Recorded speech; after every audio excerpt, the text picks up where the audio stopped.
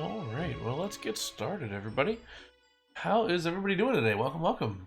My name is Brian Andrelzik. I'm a real-life theme park designer who likes to play RCT and Parkitect and all sorts of other games like that. So, welcome in. We are working on our RCT2 park. This one we started last go-around. And we talked about a lot of stuff, made a lot of plans, and I remember almost none of them. So, we're probably going to start from the beginning here. Welcome to everybody I've seen so far. Saw Bacharach, saw Dan Highway, Josh, Old School, and Belgian Guy. Welcome, everybody. Auntie Chapman, hello, hello. So, our music off. All right, so last time around, we were going to take a pause on our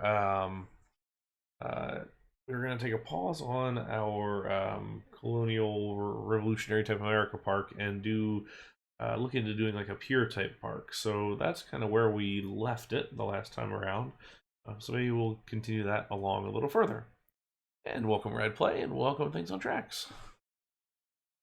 Hope you guys are doing well tonight. All right, so where did we leave off? So I think from the kind of look of everything, we were talking about we were going to have like a plaza of some kind that would extend out into the water on a long pier and have a fair type rides out here in the pier. And then we were going to have our main park on this side, maybe a little bit of other park on this side, and perhaps some other ancillary stuff here, and then just city behind it, I guess. The B&M half loops are for a swing ride, probably a I don't know what kind of swing ride yet, but looking at kind of populating this with rides kind of as we go down the route here. So we did start with a wooden coaster. We had this one that has some similarity to Santa Cruz Boardwalks. So something at least sort of kind of similar there. So a little bit different as far as layout goes, but I thought it fit reasonably well. Nice mix of diving corners and climbing corners, a little bit of diagonal, a little bit of airtime, things like that. So still kind of this little bit is maybe potentially odd, but not too bad, I don't think, overall. Hi there, AJ. Welcome, and thank you for the resubscription there. 5 months, fantastic.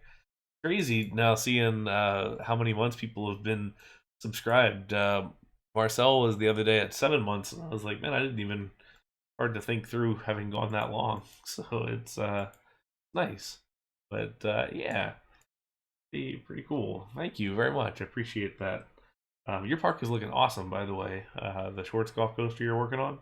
Looking forward to seeing some more of that.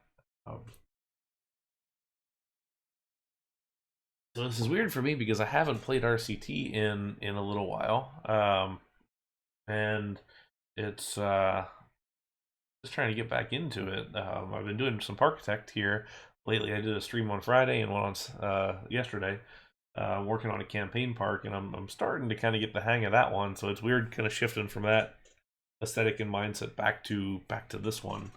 So we're getting there. Yeah, the train does stop abruptly because I don't have any brakes on it. That will be added at some point because I will probably be adding curved brakes here at some point. We're still kind of debating whether or not we're going to do the whether we're going to do an unload station as well as a load station, or I'm not really sure.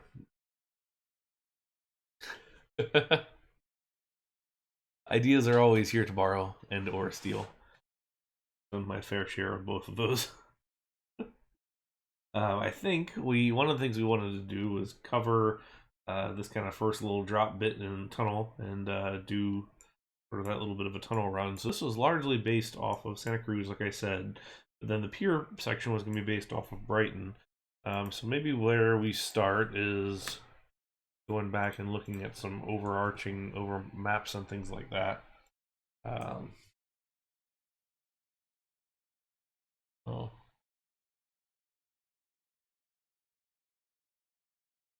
pretty sure it's up in there. Now we can fix it.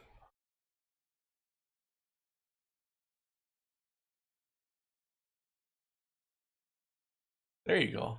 Exactly, your research. That's a good way to put it. Market research. Here, let's see if we're having trouble here, if this is not stopping properly.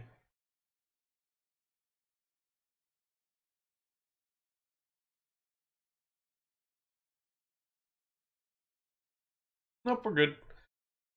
Up there. So this was the original colors that I had for our park, Faria do Flamingo, for the coaster there, but we ended up wanting to make it a little bit different than what we based off of, which is the park in Mexico City at Chapultepec, which had this sort of green, red, and white look. And I always liked that color combo, so I thought, you know, maybe we stick with that. And I do like the sort of English palette green that we've got going on.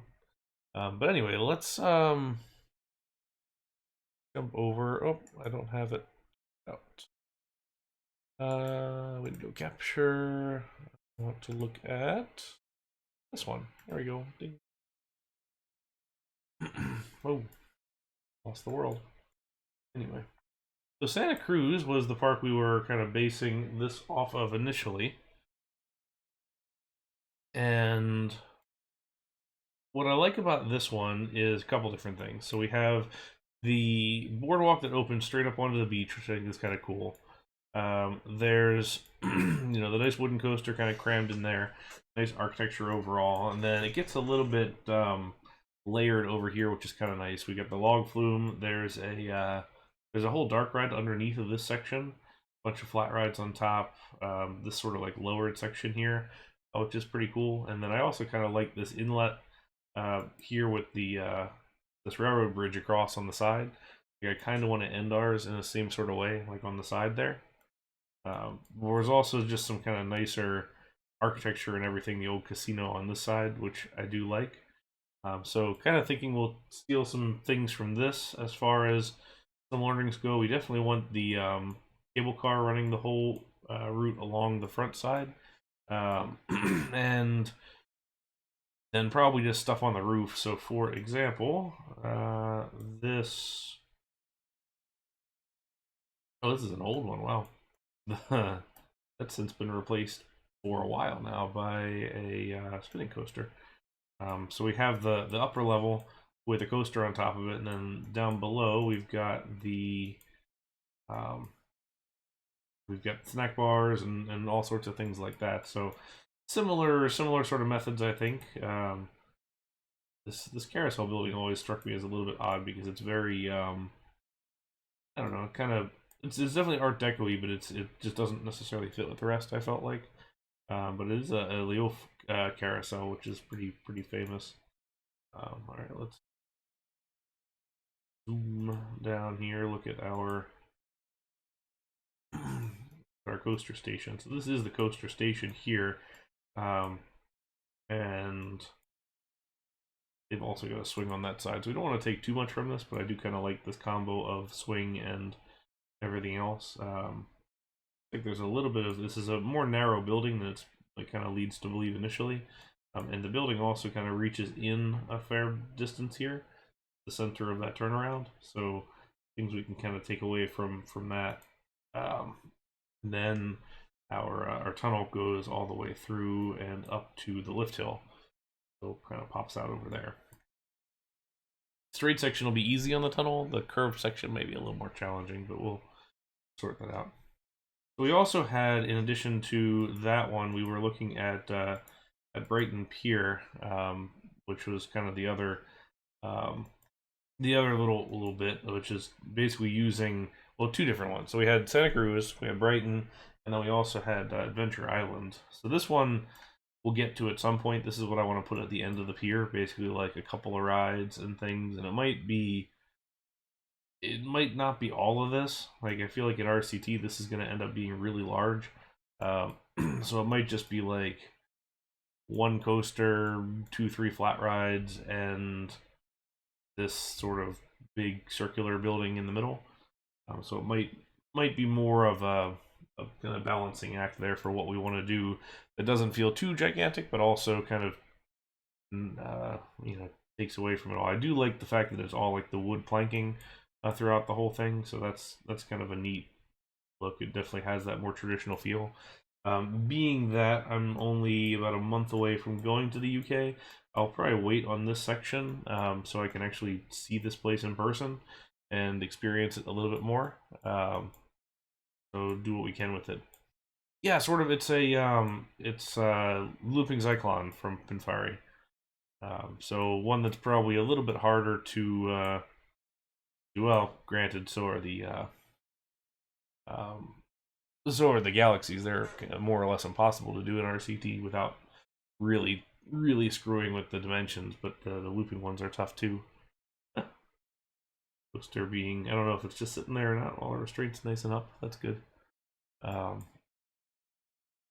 anyway, but I do like some of the more standard type stuff here, and I want to do a little railroad or a little like tram out and back to the pier itself, and then what I want to do too is kind of study the structure of the pier because it looks like this one's on kind of steel girders that run sort of lengthwise along the thing with a nice little gap, and this is actually a great view of it. So it just kind of looks like they're spaced every, call it 30-40 feet, and then out here this guy's got a bunch of verticals and diagonal pieces, which is be relatively easy to work with. So that's helpful. And then the other one that we were looking at was out here. No, not there. Here, South End on Sea, which is sort of where I'm getting the um, uh, this whole strip down the center, like this kind of center, whatever it is, and then like all the stuff around it sort of sunk in there. To Brighton, check out the derelict piers. Yes, I'm actually really excited about that because I like abandoned stuff a lot, and abandoned amusement stuff is even more interesting. So that pier has fascinated me for a while, so I'm excited to do that. We might do the new observation tower they've put there, so I can get a nice view of it. So let's see here, and this one's got almost more compactness than I feel like Santa Cruz did. The thing is, this one's definitely inward facing, as in this is right out to a seawall. I definitely think I want to do more of the beach, but kind of as I'm thinking through some of these things, we might end up kind of shifting a little bit to a seawall on kind of the farther end, and then maybe that's like the seawall as it turns into that inlet we were looking at Santa Cruz. So maybe we're going to combine a couple of these different pieces, because this is kind of interesting. So it's got just like a slope down to the water, and then kind of fencing up on the side here.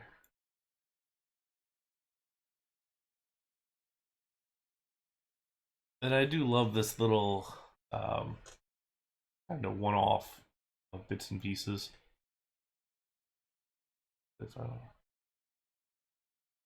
Oh yeah, that would be cool to see if there's anything left there. It's always a balancing act down here because there's definitely a lot of abandoned theme park stuff down here that I would love to see or love to look at. There's always that balance of how much illegal do I want to do as far as touring things. But I love this. Like, I don't know if it looks like a dry slide maybe, with this sort of fake, like very fake looking rubble rock on there. That's nice.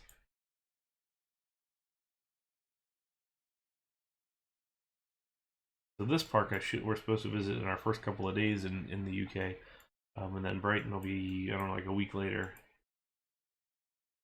Oh, we are miniature golf area.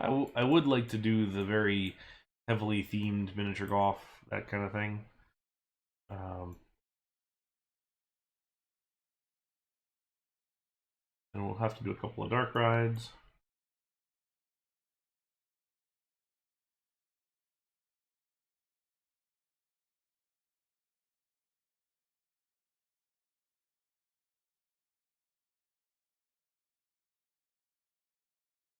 Oh, got eliminated. That's a pretty cool. That's a pretty clever costume idea. And that's the slide that inspired the RCT one. I mean, I know it's a standard kind of model that was all around the UK, but that's definitely a classic right there.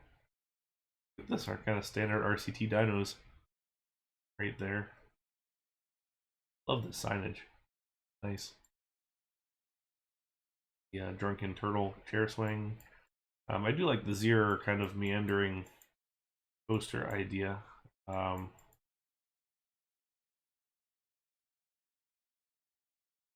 Somebody just took their whole this bunch of street view just through the entire miniature golf course. I guess. Whenever we get to miniature golf, that's out. We just gotta keep playing. Cool. There a shot here in the middle of this.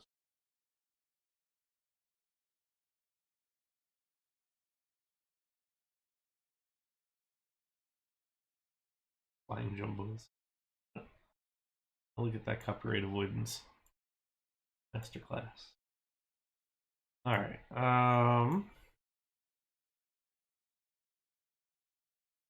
This is definitely a more rundown version of what you would see at Santa Cruz. And I guess that's going to be the decision: is how how much upkeep do we want on this pier? Because we can go more or less the kind of amalgamation of a bunch of stuff thrown together that has definitely seen better days, or we can definitely put put a little bit of aging to it and kind of see which we want to do. That's a good question, and that's a worthwhile question as to what we want to answer versus where does ours take place. Definitely coastal. Um, Probably coastal U.S. It could be coastal UK. I think it probably is going to depend on how much I enjoy the piers at the UK, because that may shift the direction of this a little bit, just kind of depending on how it goes. Um, so we'll see. I'm not really certain yet. So kind of thinking, so we're gonna have this as beach, and maybe that seawall that we saw earlier on Brighton's kind of carries around like this, and we have like river, ocean,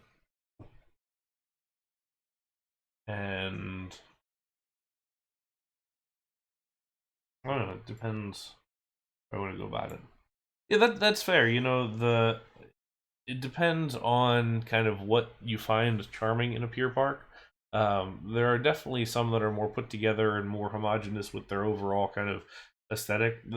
I do kind of have this feel a certain draw to those ones that are just kind of flashy and sort of dirty and kind of just all thrown together. I mean, it very much reminds me of like the Coney Island type look, which I don't know. I always have enjoyed that kind of overall feel, even though it's not really my scene most times. But I don't know. There's something very, I guess, in terms of where I'm coming from, it's kind of a very American like concept um, of the pleasure piers and things like that. Um, but yeah, it's definitely, it kind of depends on what you're looking for. I mean, like you say, there, Backrick. I mean, Charleston, South Carolina is, I think that's a very nice city, and I've enjoyed my time there competing with, say, Myrtle Beach, which is largely junk shops kind of all along the way. And um, I feel like this is more the junk shop place, at least the more that I think about it. But don't, I don't know. I'll have to kind of see where that goes.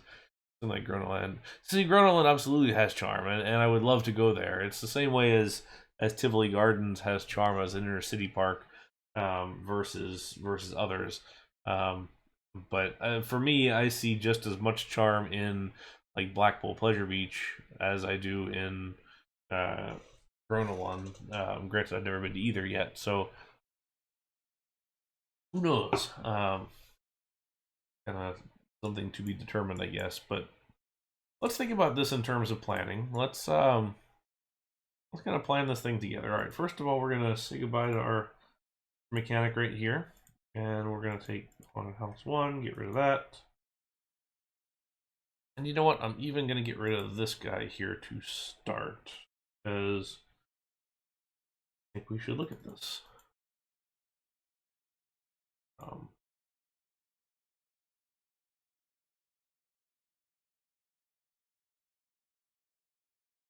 Coney Island is charming in a nice way, as you kind of have that classic history to it. Although it's one of those places like you don't really feel like you want to be there too late after dark.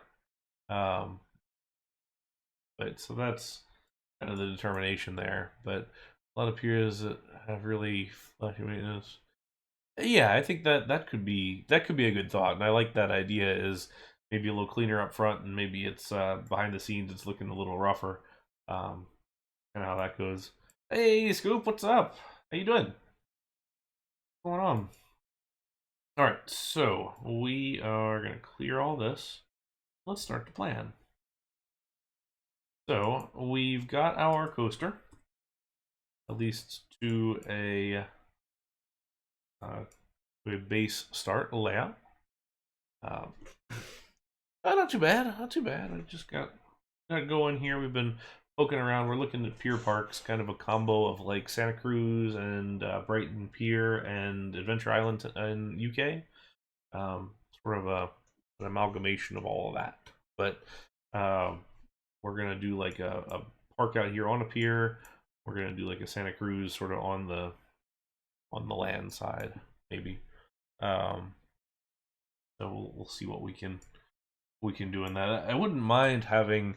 We'll have to look at the palette a little bit. Maybe we do this with some kind of theming, but maybe we can slide some other pieces along the supports here to make it look like it maybe needs a little bit of paint. That could be kind of a fun look for the whole thing.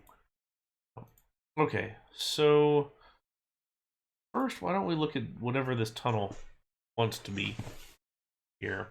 Maybe we should. I'm skipping around. I was gonna say we should lay this out, and then I wanted to do the tunnel, but let's lay it out. Let's think through that. So we are trying to figure out, because this is a tall structure, and we know that this is base level because the coaster comes down, and I don't want to have any trenches any place. So we briefly touch the ground here, which may have a little small half trench in there, but um, so we know it's going to be this high, which means that we're four up, and so the facade of this building is going to be kind of tall. We'll call the facade as. Have any full tile? I don't.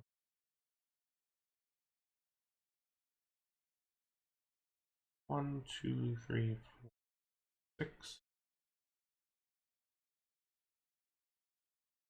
It might be 6, maybe 8, depending on how that goes. What we want to do is make sure that when we're facing this way, we can still see some of this path. And we just want to make sure that from a visual continuity standpoint, that you can kind of see where you're going from kind of all angles.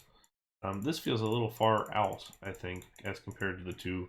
Remember when we were looking at the aerial of Santa Cruz, that this building was awfully narrow, and it kind of even looked like maybe, say, 2 tiles off of the station track was the main path, or the queue space, I guess, because there was sort of that like little narrow queue on the thing. So maybe we bring this in just a little bit.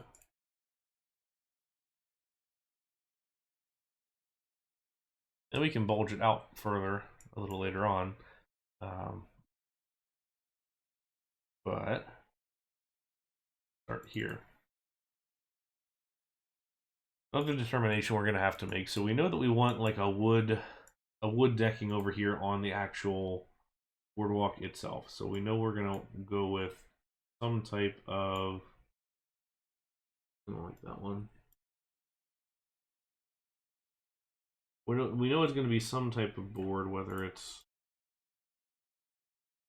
these colors or Park, I think. I actually kind of like this. It's growing on me now. First gray, but we'll have that as the boardwalk because that's up and over the water on raised stilts. This area here to me seems like it's going to be concrete or asphalt of some kind. And I remember we looked at this the last time because we looked at a couple of different colors. This concrete feels a little cold to me. And I think this is the gray version of the CC9 path. I don't know if I want the like color texture, because we could always do something like this sort of cobble, although that kind of reads more as mulch, because that's what it is. I don't think we need a brick texture or anything like that, but I do think we need to at least consider a little bit of what this looks like, and it might be use the Dr. Dirt. This feels slightly warmer to me. I don't know what you guys think, but I think I kind of want that. The whole vibe wants to be more of a cozy, like nostalgia kind of feel, rather than a cold, like chilly spring in London kind of feel. So that darker gray has just kind of, I don't know, it feels to me feels a little nicer, slightly.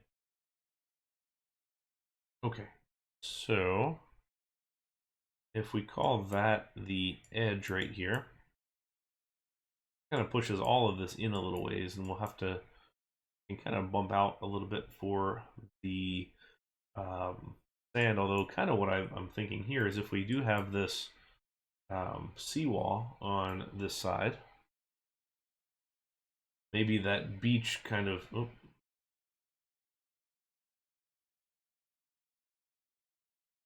maybe that beach kind of parallels in because we'll probably have the seawall come out a little bit like this.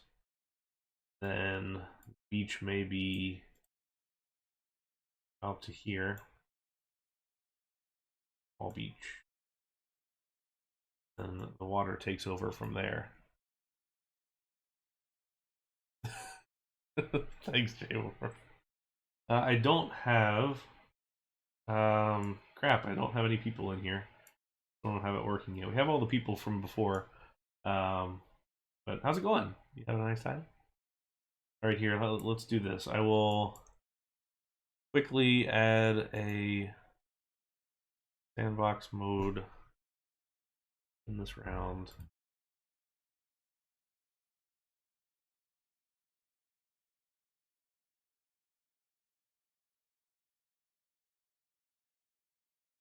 Open this up. Let's give them something to deal with.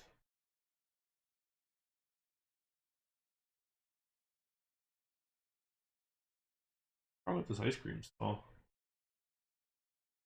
The palette. Dark olive green. Interesting. Not sure I'd eat that ice cream. But...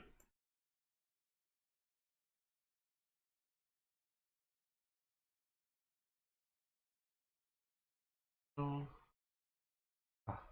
That.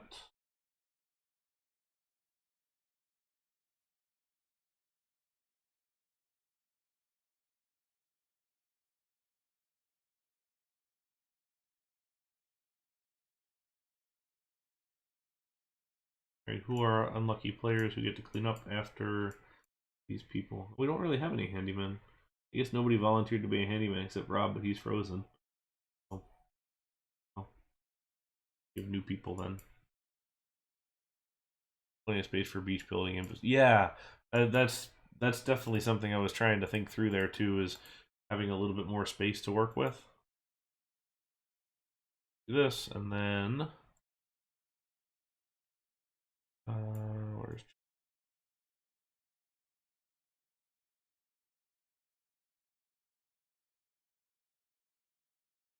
fulfilling your ask, J Morph? All right, everybody, nausea backs. All right, that's early for somebody. All right, handyman, earn your pay today. All right.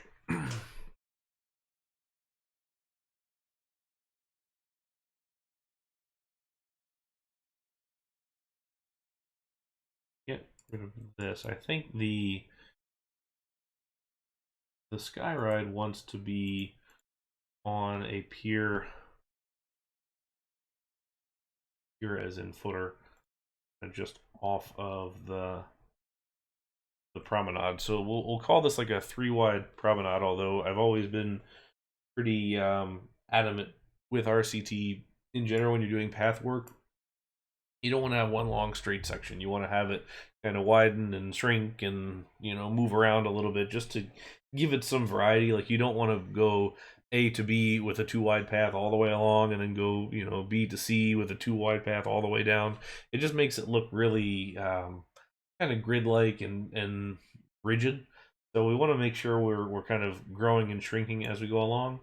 So what we looked at last time, and I'll probably do the similar thing here, is having like little food stands, like fry stalls that will sit here and effectively decrease the path. We'll just say, okay, the path was 3 wide or 4 wide or whatever it is, and somebody plonked down a fry stall right here, and that's taking over for the overall space. And then we'll have stairs down to the beach here, and the beach. And the beach, I would think, drops.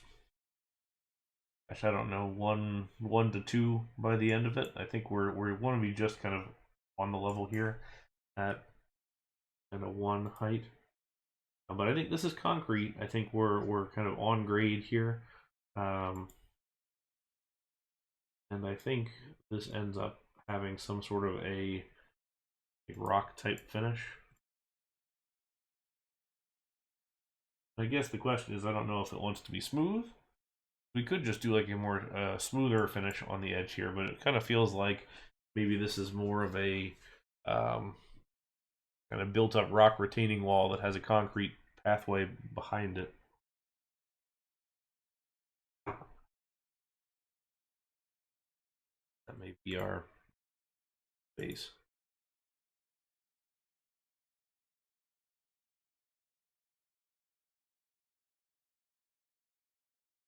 Continue this along. So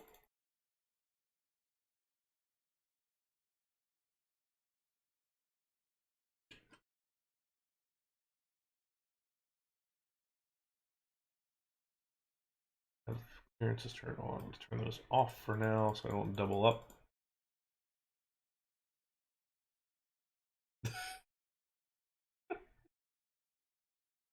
Grease. It's good. Good. I like that. Appreciate a good French fry. Of course, I was 30 minutes late to start streaming because we were off having Mexican food for lunch. It was pretty good, pretty great. All right. Off of the pier, we want the stairs down, and I think it would make sense to maybe do the whole. We've got, say, 2 of these, then a stair on either side, and what we probably want to do is even another one out from that, and then call that a little shower stand. It might be like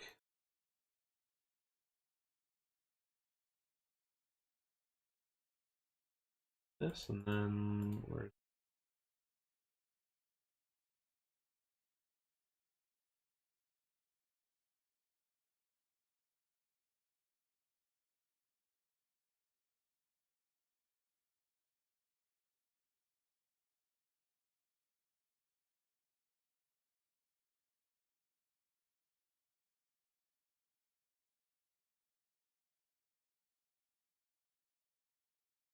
And then maybe this is like the shower shower area here or something.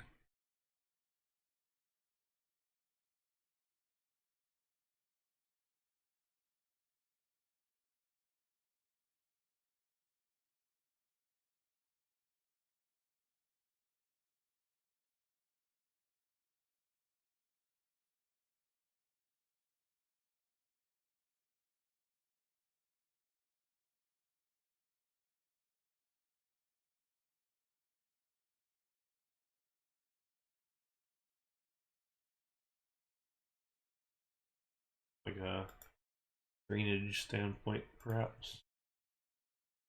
We'll have to go searching for some references and things here at some point, but um, that seems like a nice spot there. We would have just two heads or a third head there in the center. All right, if we did the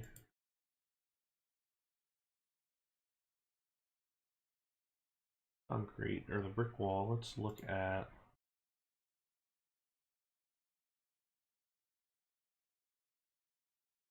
well, it's really a Florida-based park. I feel like that wouldn't actually be that bad because it kind of looks like coral. Um,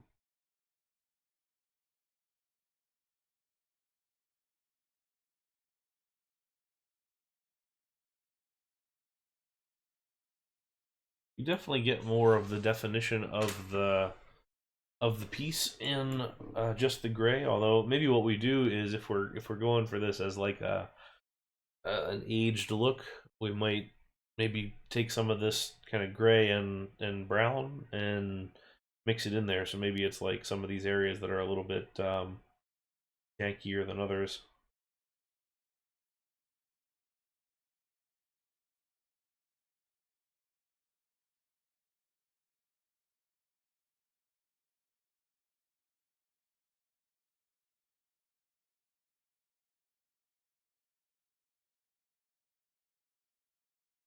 Out of curiosity, let's run back to here and let's go back to Santa Cruz.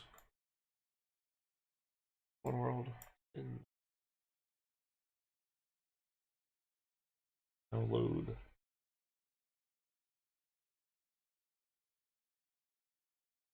Let's see what they're using for their fencing along the water side.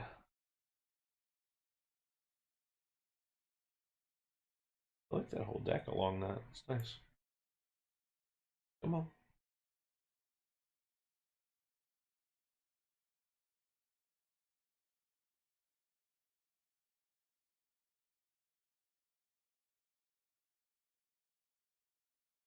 Give us the street view today.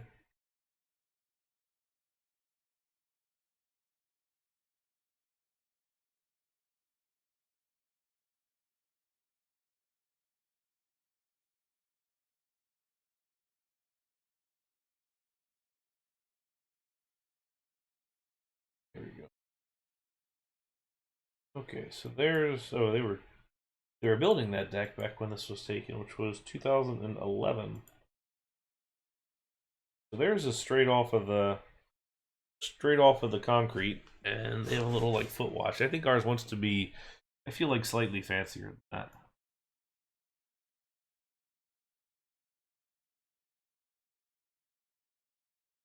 This is like a metal post with an infill panel.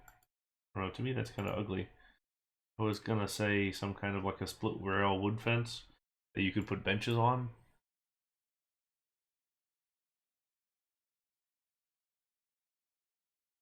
That sort of boardwalk feel.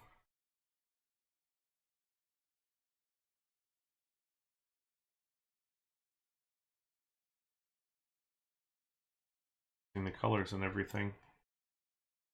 I do like this building. It's actually pretty cool. The way that it's got this kind of nice framed entrance here, sort of very different type roof profile from a lot of things. Stairs up to the platform. Then we've got the little fries stall here with the seating underneath of the sky ride. That, in actuality, we're probably going to end up taking this layout entirely. Um, any suggestions for where I should consider looking in the UK? I want to look at one thing beforehand. I want to look at find it here.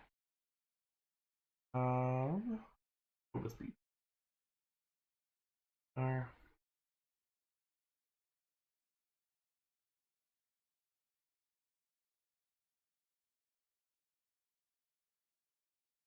that's right on the ground.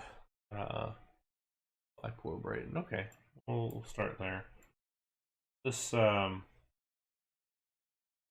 so this boardwalk here is it's Rehoboth Beach in Delaware. Funland Park here was my first theme park, or well, amusement park, I suppose, as a kid. So this is a lot of memory here. But I always liked these benches because you could pull the back of the bench either way that you wanted to see. So like you could pull it this way, like this lady, and look out on the water, or you can do it the other way and look into all of the different uh, stuff on the boardwalk, which I thought was kind of cool. Um, but if we weren't doing the pier out into the ocean with the wood planks, I would definitely do wood planks like this one. Um, but for as a kid, this one holds a lot of memories. For whatever reason, those things do there's a miniature golf up on top of that building, then the signage down here. So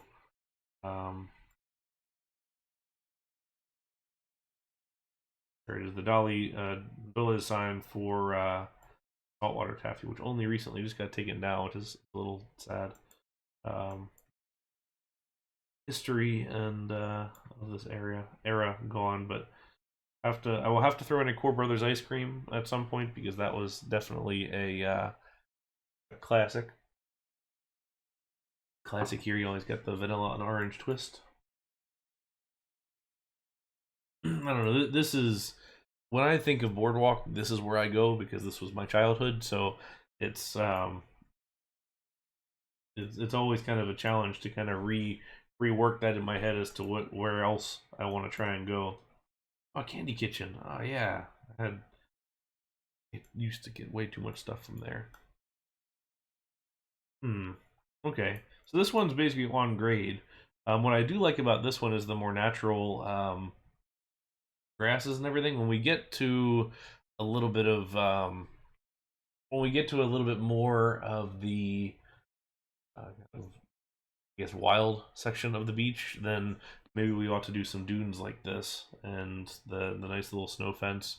I wonder we could probably get Extreme to make us a couple of objects like this that have maybe just a little bit of angle to them, feel a little bit wonky, so it kind of has that nice little you know, aged feel to it. Um, Light poles too. All right, let's go over to Blackpool, and then we can take a look at what's going on there. Put her up.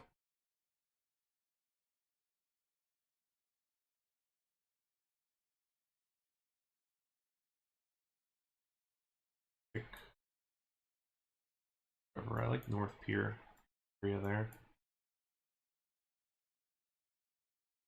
South Pier.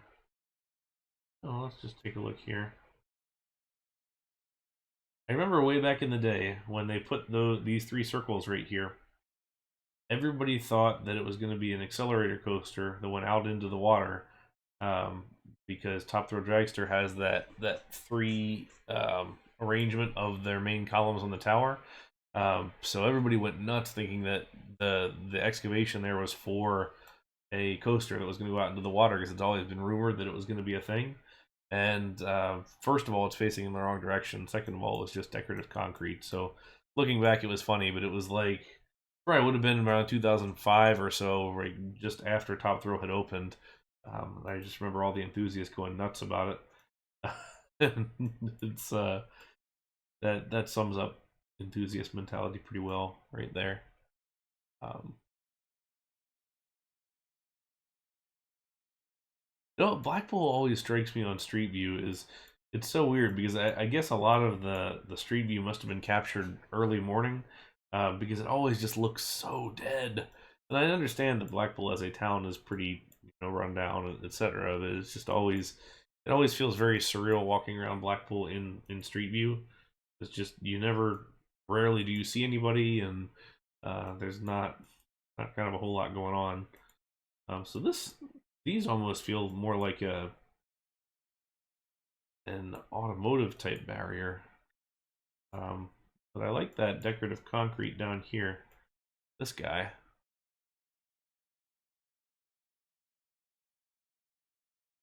Hey, Dan.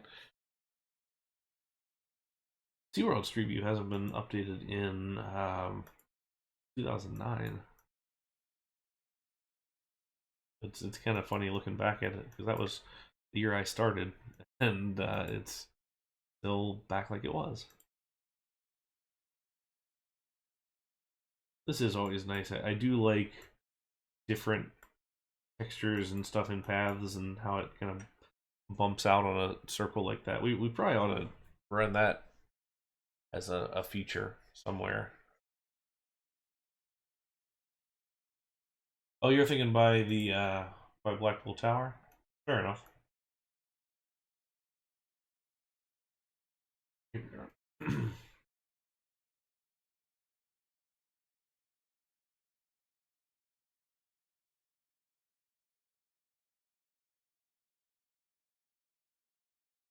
These lights are interesting. They're very aggressive looking. I feel like they're very kind of like sharp, industrial, pointy kind of alien like.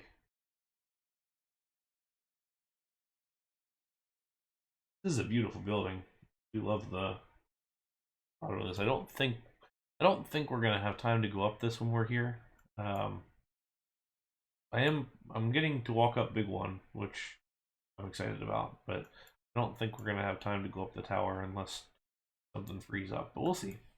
Maybe. Okay, so this is more of the kind of curved rail, detailed stainless handrail with tensioned cable. This is reasonably modern, especially the curve.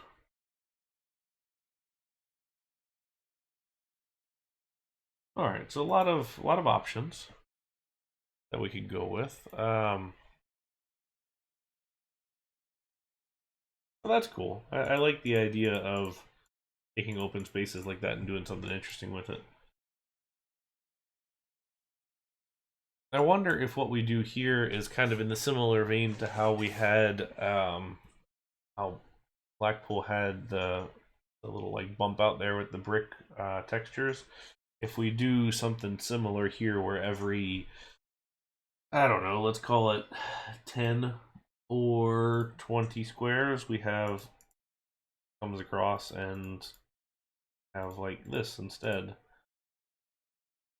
and it kind of bulges out, and then that's our loading or the loading the beach area. That could be a nice way to kind of introduce some regularity to it. Not saying it's going to be this one. I think I would probably sooner go for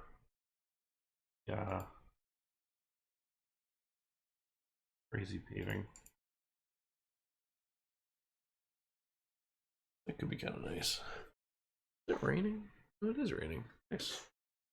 Had a nice sized storm the other night when we were streaming. And I kind of like this to just to break up the overall pace of the. It gives it a cadence as you're experiencing the space. So part of kind of theory of pathing and things like that as you're doing park design is you want to control when your guests go and when they stop. So if it's narrow and linear, that means most guests are going to go. If it opens up, you're going to slow down and kind of more dwell in the space. So by the way that you kind of set things up can really show how guests would progress through the space. So things like this, where we have something cutting kind of transverse across the space, will slow down a little bit, but the regularity of it will help with kind of the progression of distance and travel through the boardwalk.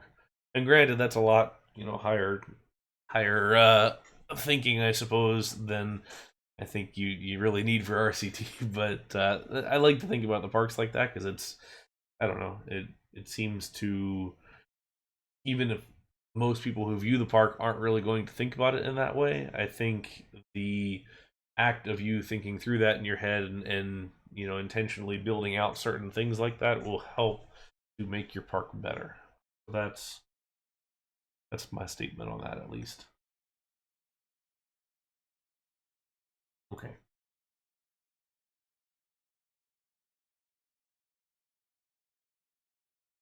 And this may be just me philosophizing. Well, I don't know if it's a word or not, but doesn't sound right. And not actually being anything legit. But let's. So if this is the more or less the start, if we're gonna have our little plaza deal here, then let's say we want to go 1, 2, 8, 9, 10, 11. Start here.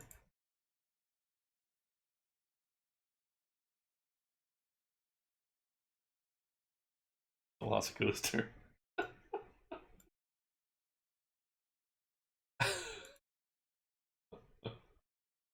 That's good. I like that one. That's too white. We don't want brown because if we're already going gray, we don't want to suddenly change tones. I don't necessarily like the purple either. I think we want to have.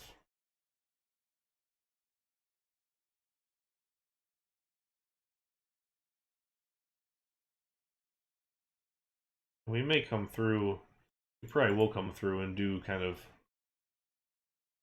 this sort of thing, so at least it looks regular. We're gonna have to do a fair bit of playing around to make sure that we don't have too much glitchiness. But all right, so what's gonna be our thing that fits between these? It could be that instead of the wood, we just go with a gray option.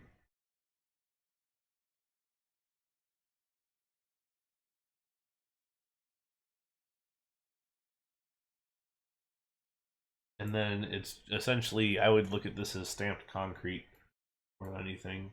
And to be honest, this is kind of my favorite one so far. I don't know. I don't know if we want gray or if we want white, but either one of those is nice. All right, let's look at anyway from a.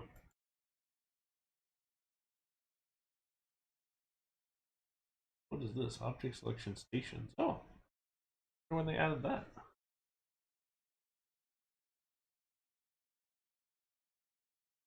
I noticed that was a thing. It just got shifted around. Very nice. Okay, large scenery. Path. Okay, we got the dotted line from Josh, which actually that could be a nice idea. Is the lines on.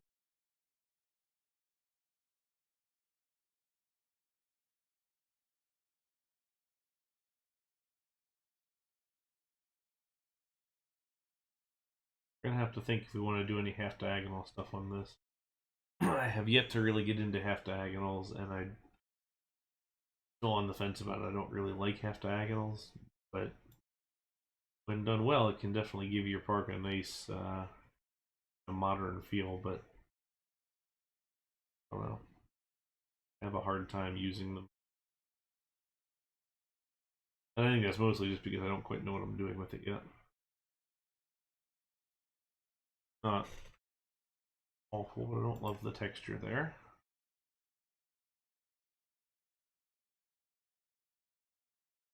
And herringbone pattern.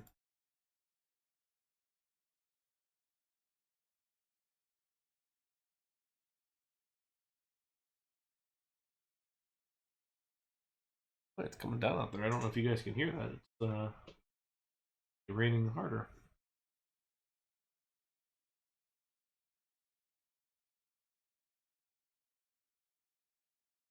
We should go ahead and take those eventually.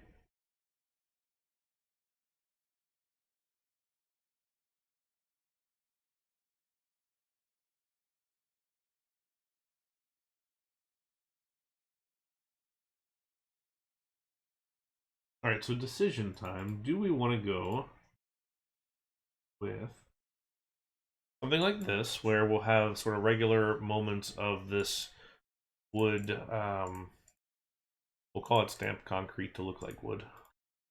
Or is it this look?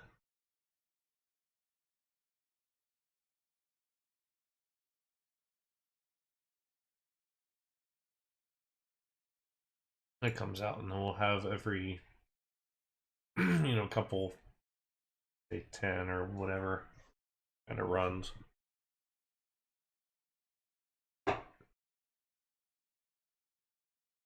I don't know personally. Like I kind of, I like aspects of both of them. I do like the tiled element, but I kind of feel like the plank texture matches better with the overall look. I don't know. What do you guys think? Plank or tile?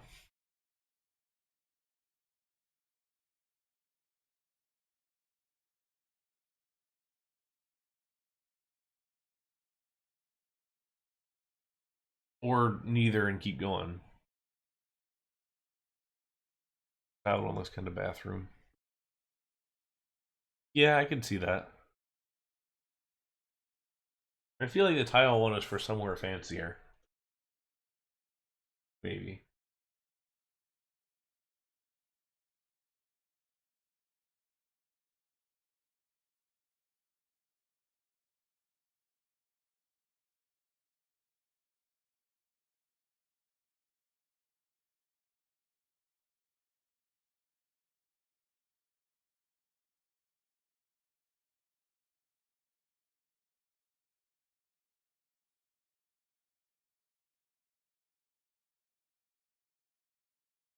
Yeah, plank option is the dark gray. Although we could go lighter. There's also the white option for this that gives it more of a lighter overall look. Although I think I kind of like the gray better.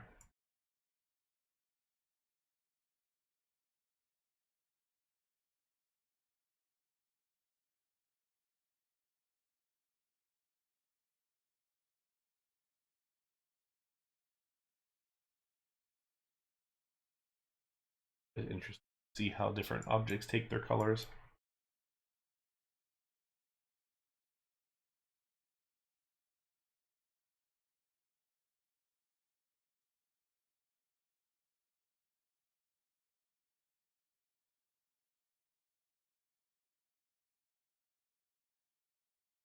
Let's do this. Get a buy section.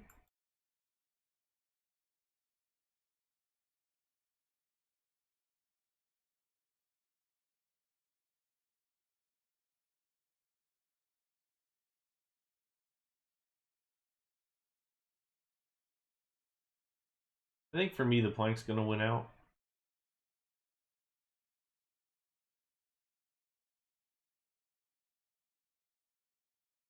But I don't hate the other options.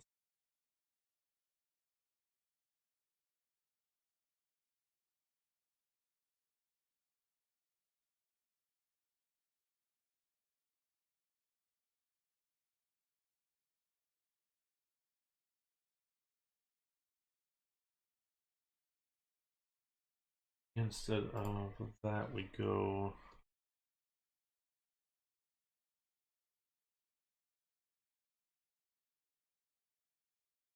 This is all going to come across as very gray to start, I think, but hopefully as time goes on, we can add some color and things to.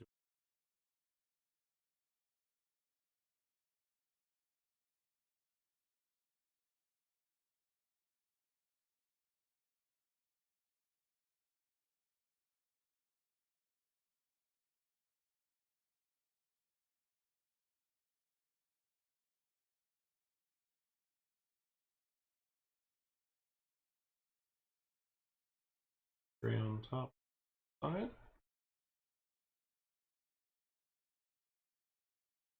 So we can give a little bit of color.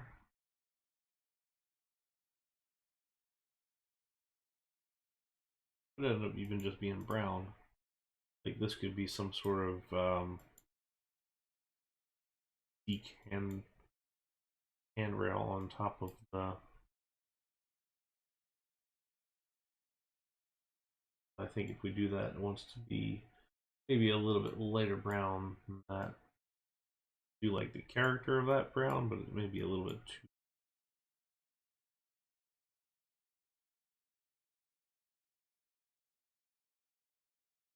How are we feeling about the flat brown versus that darker brown? I think it's going to be one of those two, and I don't think there's really any in between on that one. But this would be our standard seawall along this strip here.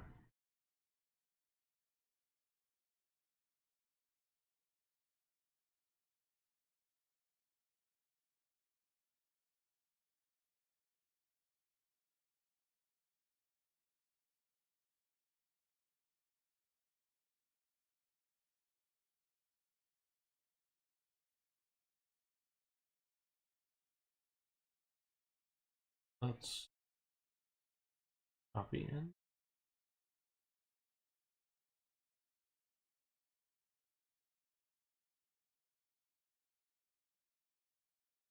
Oh.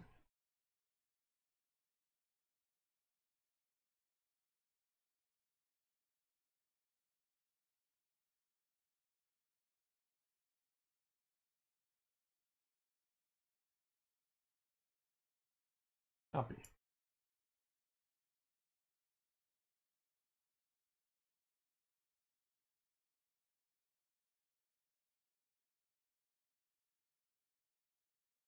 Go every. You want to go every 10 or every 12?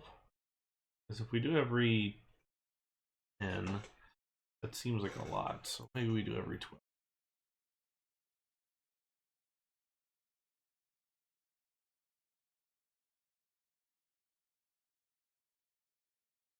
Ink in the sand.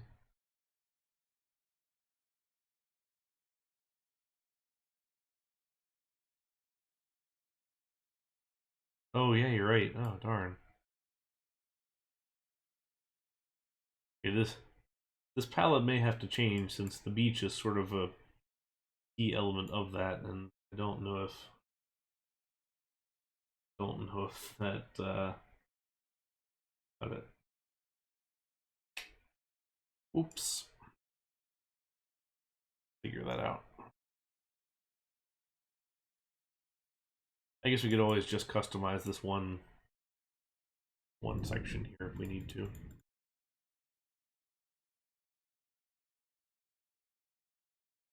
I can't remember if anybody had any comments on the white or the gray. Kind of feeling the gray, but open to. That's an easy recolor, so certainly open to comments if there are any as to which may be the better look.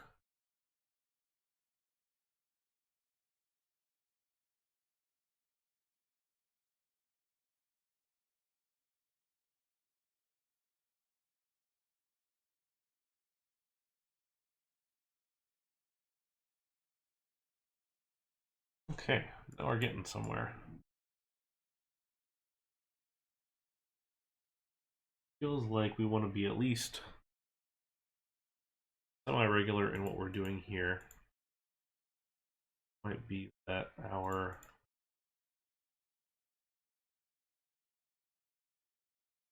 might be that we kind of set up like that. Excuse me.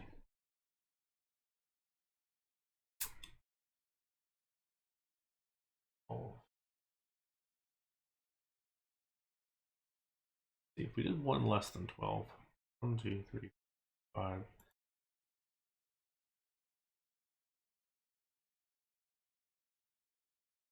There, I was trying to see if that feels like an appropriate amount for Skyride. If we had Skyride towers every what is that, 5, 10, 11, 12 apart. It all sort of ties together. Okay.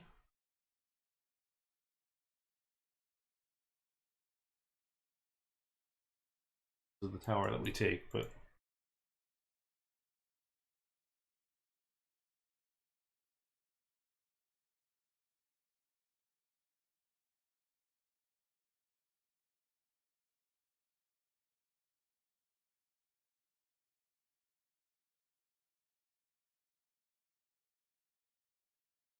three, four, five, six.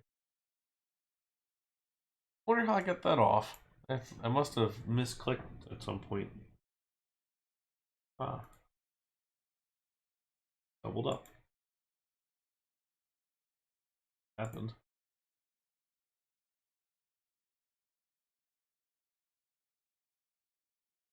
I was thinking through all that about how to change it and everything, and I already had done it.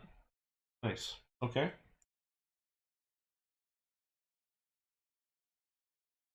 Alright, is there. Go ahead and paint underneath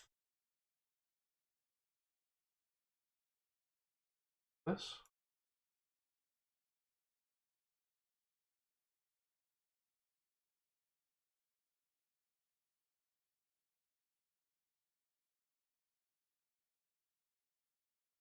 I think we'll have the here will come in at least 3 high of here. Because I want this to be able to pass underneath, and my minimum for passing is 3. So RCT allows you to go up just 2 for a path, but to me that's just the head height feels a little bit low, so I tend, and my architecture tends to be taller, so I'll go 3, and then that allows for just a little bit more space there. So I think 3 would be our minimum coming in off the whatever's going on over here, and then we'll come out this way. So then that allows us to have some overall height here so that we could get vehicles underneath here through the beach. Especially because we're going to have like this kind of seawall rocky bit going on over here. And then we don't have to worry so much about that.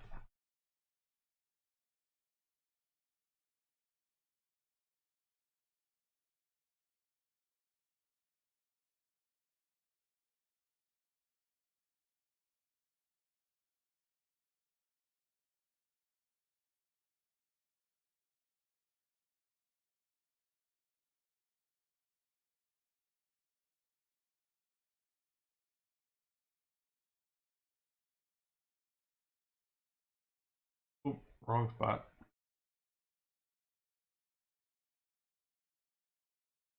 Of all the plugins that have happened so far, the one that I would like the most would be an undo button. To simply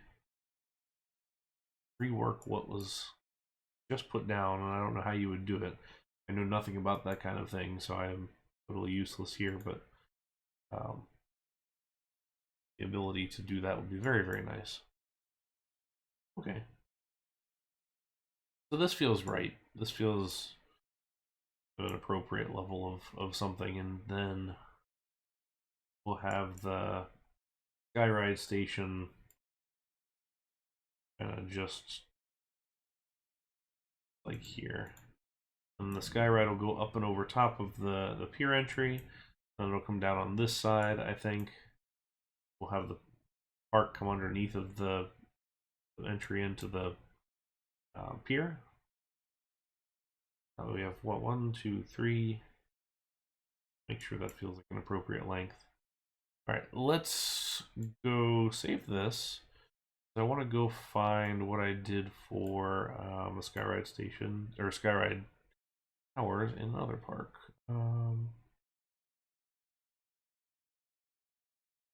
It might be this. Here it is. There we go.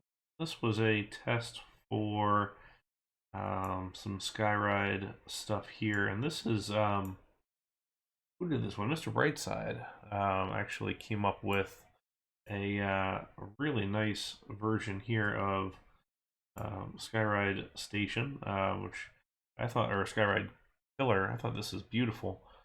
So I think we want to take a similar approach and see where we want to go from there. And this park was based on Tibidabo in Spain with a giant wooden coaster that was based off of the Alton Towers wooden coaster concept that was out there for a little while for a valley wooden coaster. It was going to be like a 200+ foot drop into the valley. So we did something similar here with a more modern gravity group where it's just got this just massive drop down into the valley, a nice little turnaround, a massive drop back.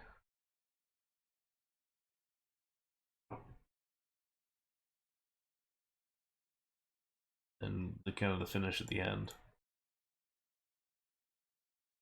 We had the sky ride kind of through there, which I thought was pretty nice. And then this guy here was a little kind of newer Vekoma with some kind of nice basic curves and everything like that, and diagonal brake run. I was actually pretty pleased with all this, and then this one too, which Andrew has taken this one on a new element to use in one of his parks. Although there's a chance that we may take a copy of it as well and put it into this park, because I feel like we want to do something for those like sort of compact portable ones. Excuse me. Sorry about that. But I do think we want to have in this park more of the portable type models, things that would potentially kind of jump around a little bit. And I don't know, it's just gonna feel more realistic, I think. And some of the flat rides that we do too, we want to make sure that they look like they're portable flat rides. I feel like that's what a Pier Park is gonna do. But let's see if we can't. I don't know if this can go back and forth between different maps, but we don't want the surface. Okay, copy. Save. New file. We'll call this Skyride column. All right, well, hope everybody could make it back okay. Sorry for the stream interruption. The storm outside had other ideas to my streaming, but we'll take that as our break. I went and refilled my water, used the bathroom, all that. So now we're good to go. Okay, Pier Park. Part 2. All right, can we flip scenery manager? Ah, look at that. That's very nice. Okay. Cool, cool.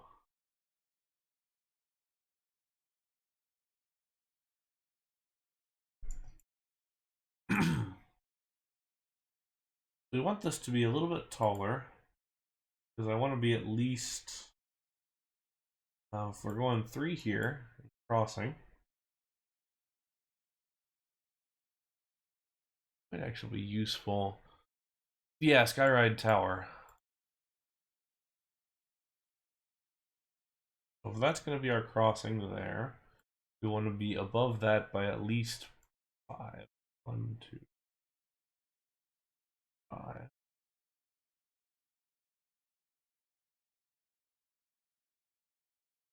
That's not far off.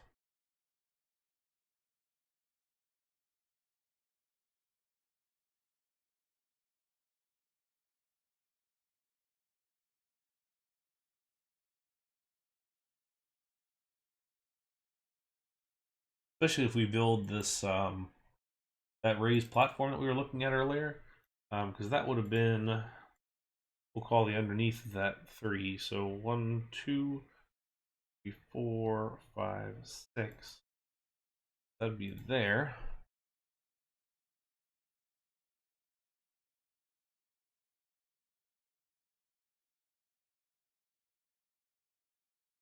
– 5er.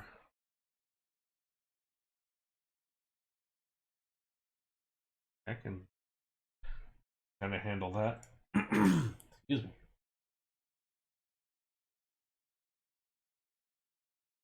Okay.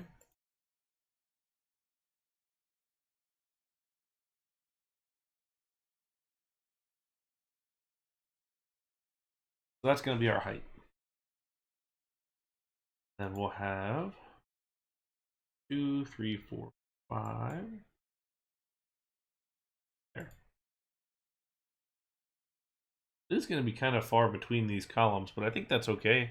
I feel like in RCT we tend to cluster the columns a little more. Maybe there are more on this one, but well, let's go look. Doesn't hurt to go at least check out what's going on in our subject matter.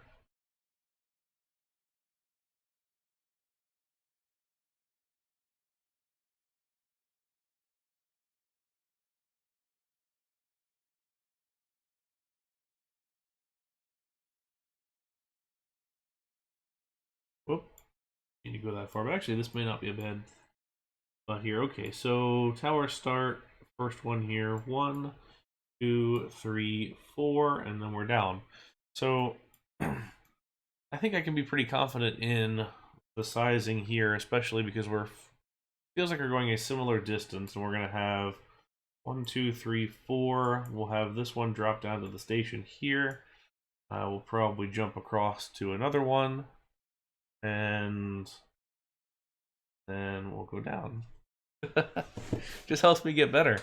Gotta practice.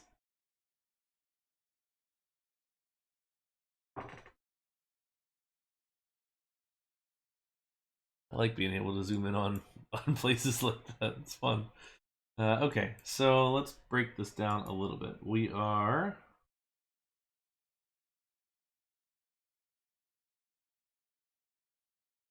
doing the tires on both sides. That's the 1K map. We have the deco trim 2 on either side. Fringe awning on the bottom, which is very clever for the tires. And there's angular pieces here. The vertical is simply just the deco block, RTTIP deco block. That's just trim, and then we have the circular awning, and that would be I guess we don't need that. So the circular pieces there are for enclosed cars to prevent them from, if they're swaying in the wind or whatever, from knocking into the tower.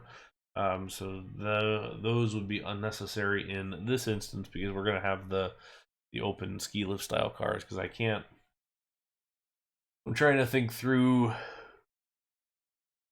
sky rides on the beach. I don't think I can think of any ones that have enclosed cars. They're all open.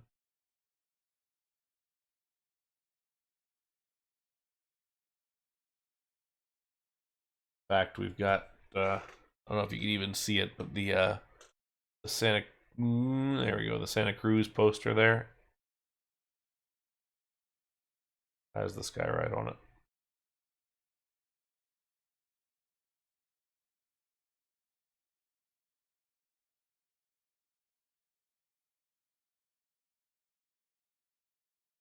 I do like the colors of that.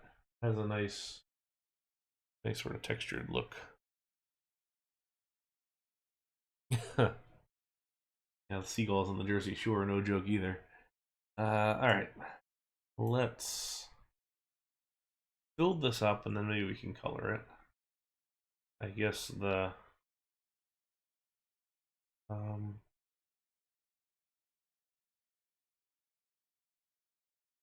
make sure.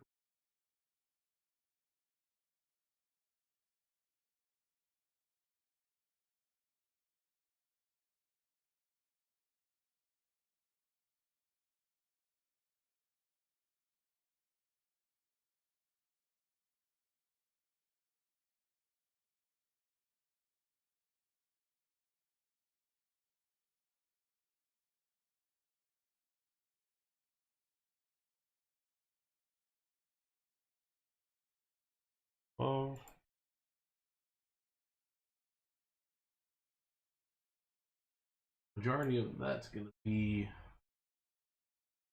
probably white.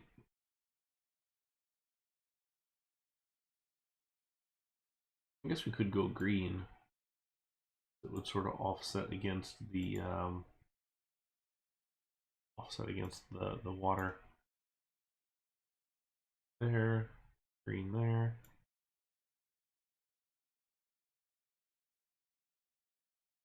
On, change colors.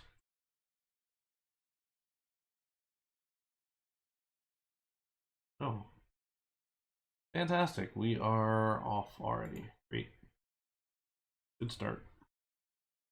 Real good start.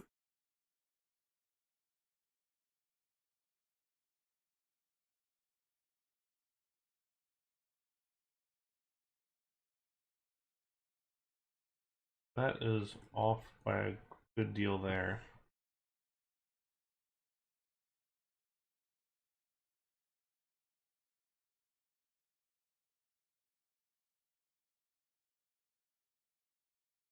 Down on that side.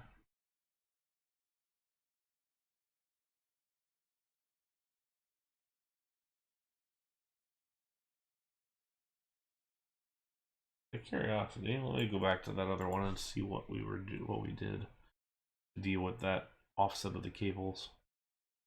I want to know where this sat in relation to the cables. Finish.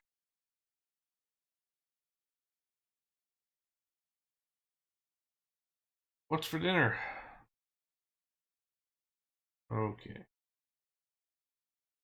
So pretty much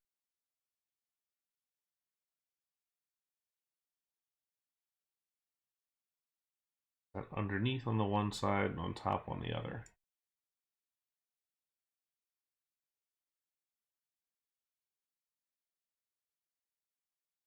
So underneath on this side, on top on the other.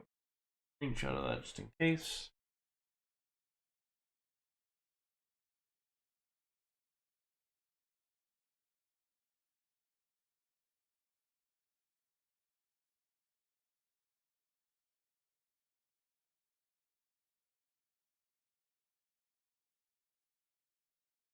Tomato pasta, cayenne, parsley.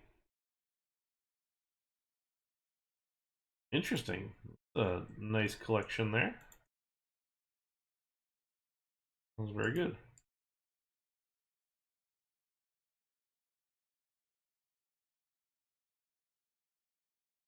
Hey, so what's going on? You're having a good evening?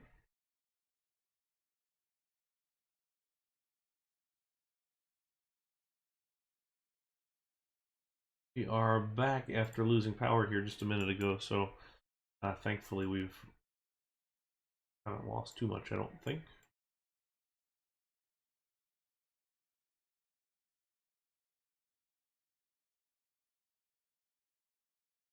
Yeah, no, we're happy to have you. We're in the process of building a Seaside Park. So this is something that we started the other day, and or well, the last stream, I guess. So it's been only one stream thus far, so we don't have a whole lot done, but have enough to get us headed in the direction.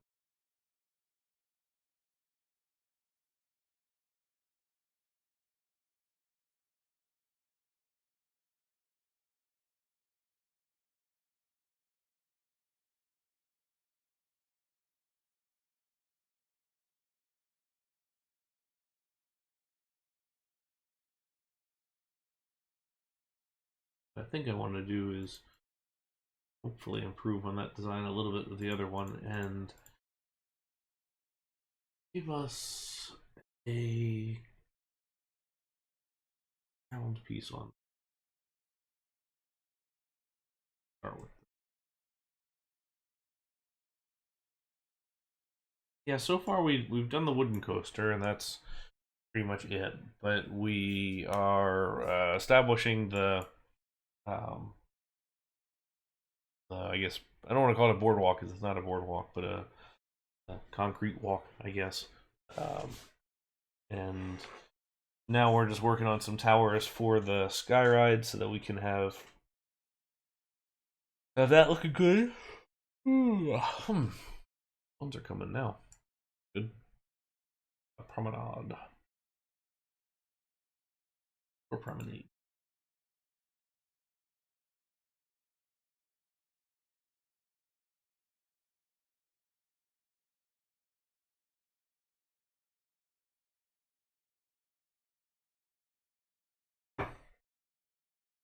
You'll get there, AJ. I know you will. You're good at that kind of thing, so I'm sure you can come up with something. It's always that first part about jumping into it is the big part. Once you're there, then I think you'll be fine. Let's actually get this in black, I think.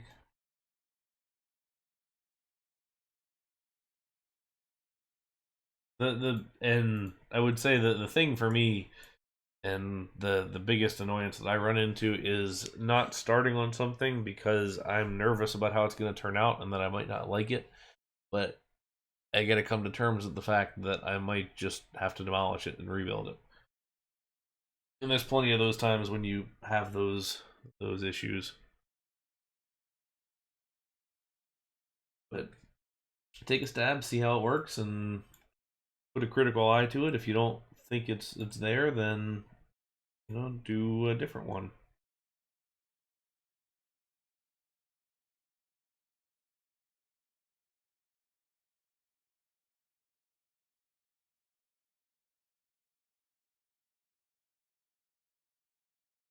Yeah, that'd be great if you can jump back into it. It's been a little while for me too, because I've uh been off. I was off last week on stream.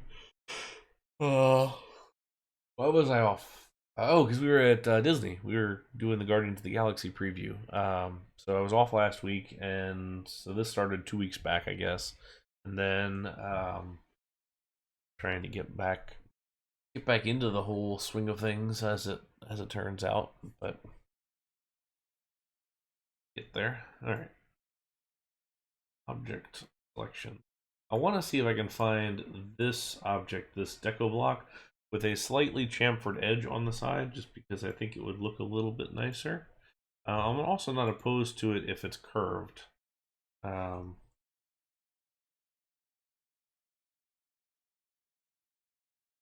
those are three types. Island parks are fun, and they're also a challenge because you really got to think it through early. Take a look at what that deco block might be.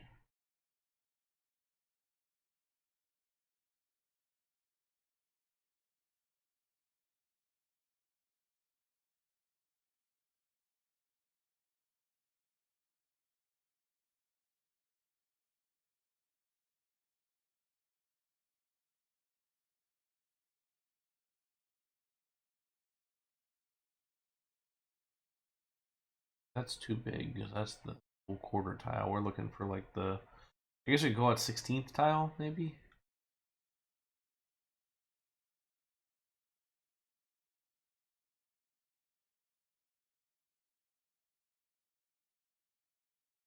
Rock.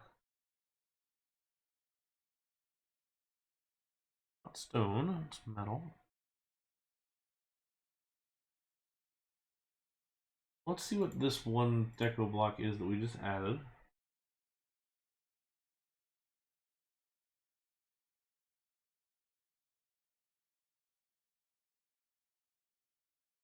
Can't even tell what it is with the black.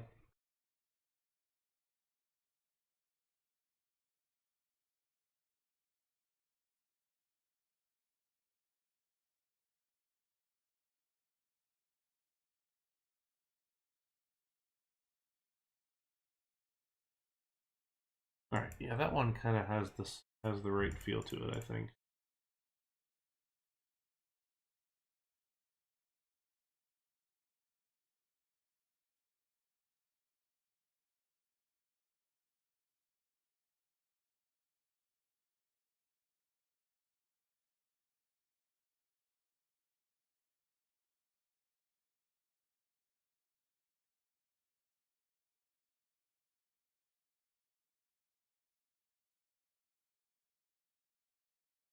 top of this because you can't quite tell right now how it connects.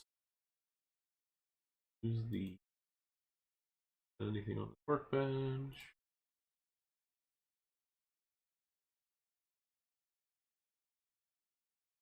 Or build smaller coasters. You do build some awfully large layouts, that's for sure. It'll be interesting to see how you can take to a slightly smaller layout and just maybe a little bit more um, kind of compactness in your building. Because it kind of sucks when you build a really huge sprawling layout and then you're like, well, how do I theme it? And it can be a lot of space. So I think you're onto the right track. Give us. We'll take the gray down here, and that'll be our footer.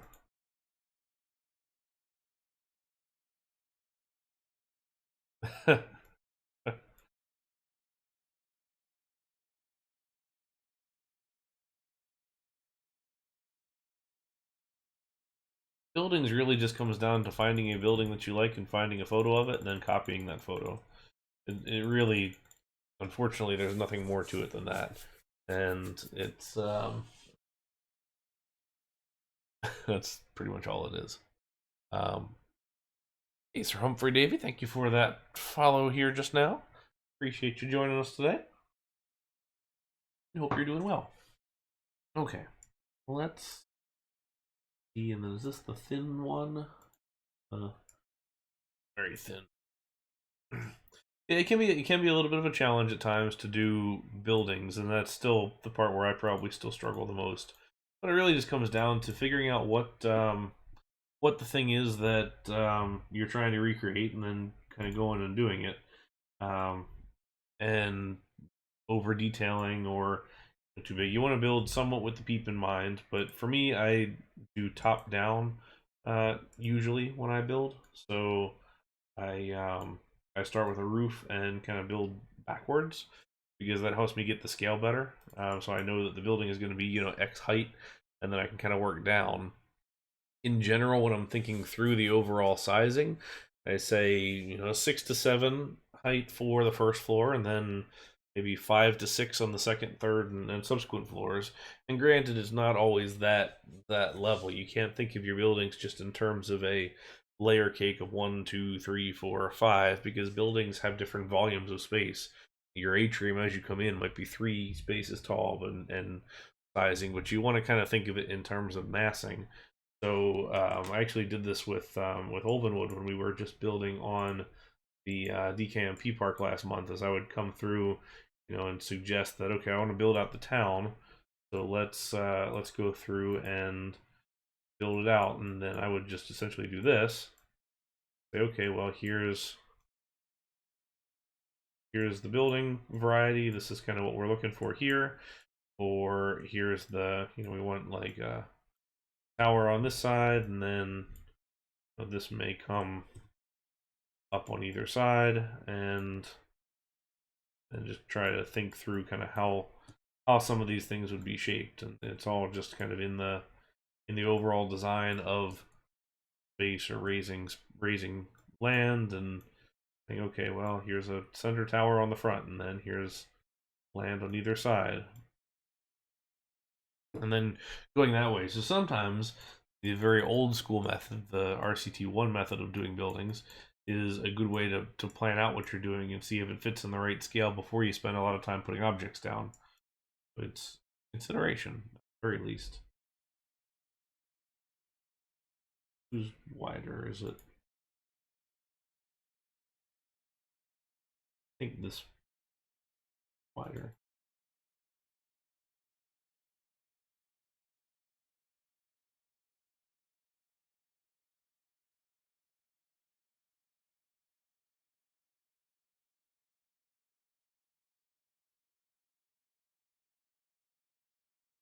That's too fat. The pole is already pretty hefty. I want to go too much past that. Made this green for the purposes of the. And I'm wondering if maybe it doesn't different shade of green because this is not the most friendly for different colors. Kind of wondering is if we go this green instead, then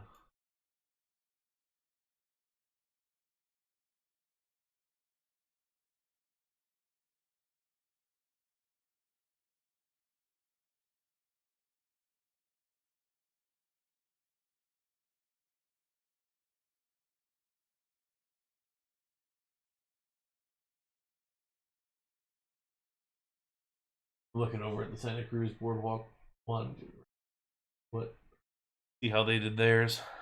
Um,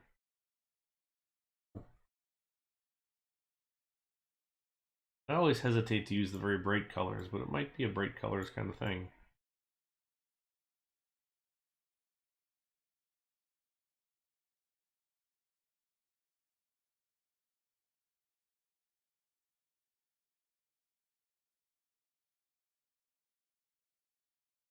Yeah, Fiesta, Texas is very nice. They do a very good job of keeping that park looking good.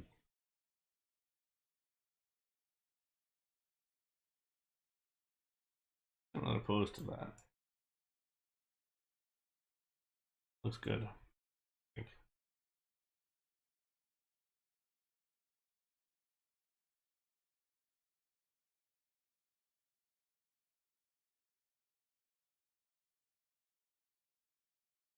But non-traditional.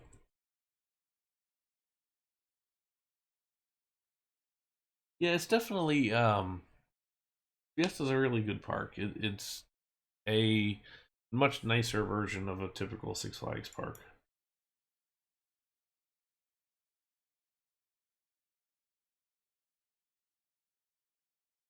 Okay, I think that's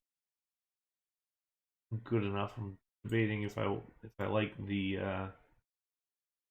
colors enough, or if I want to do.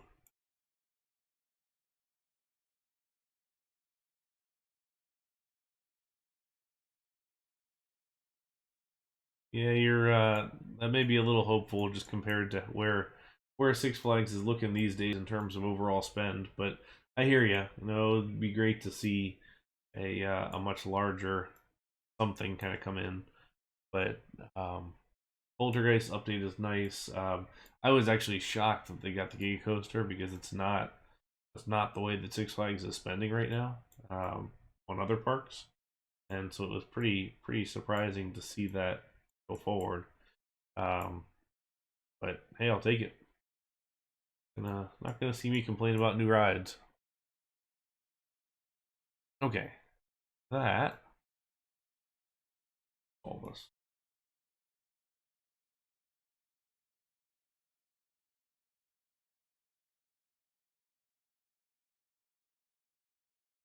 No surface, no ride track.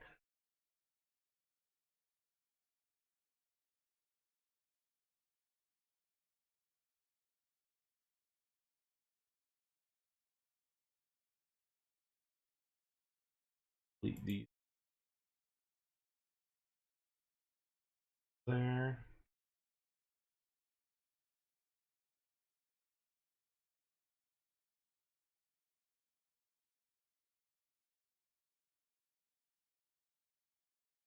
One, two, five. Okay.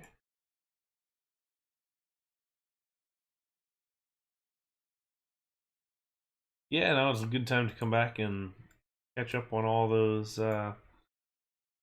rides and everything else. So it's a nice vacation the next time you can come around and do it.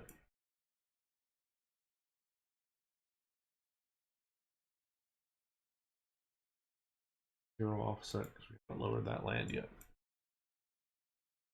All right, now it feels like we're getting somewhere.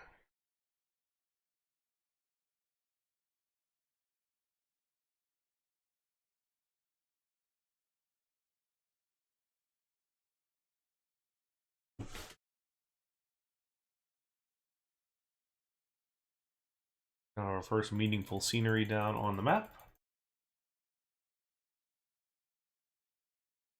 This is the one we'll go to angle downwards, I think.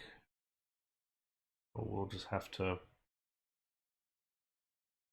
that out. And if this is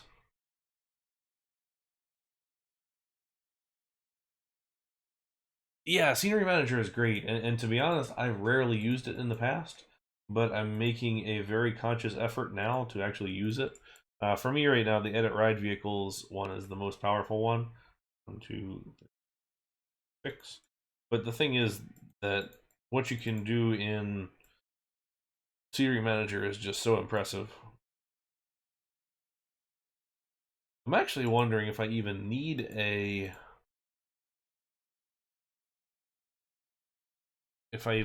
tower here. I guess I do.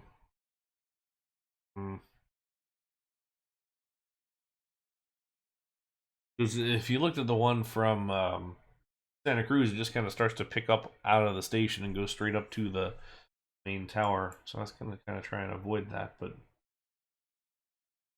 maybe we can build that into something. I have to make this look.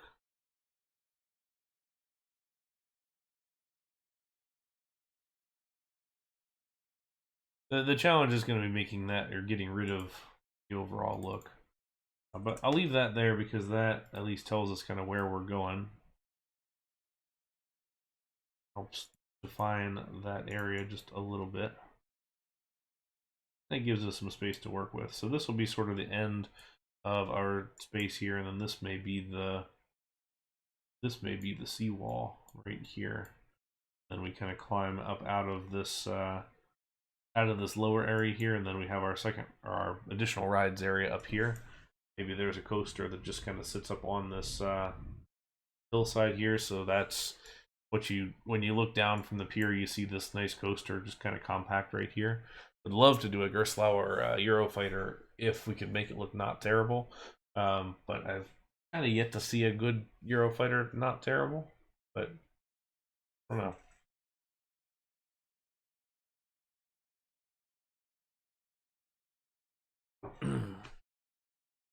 We just rode Disney's Skyliner last week. This is the first time that I had done the Skyliner uh, cable car, and that was nice. I enjoyed that.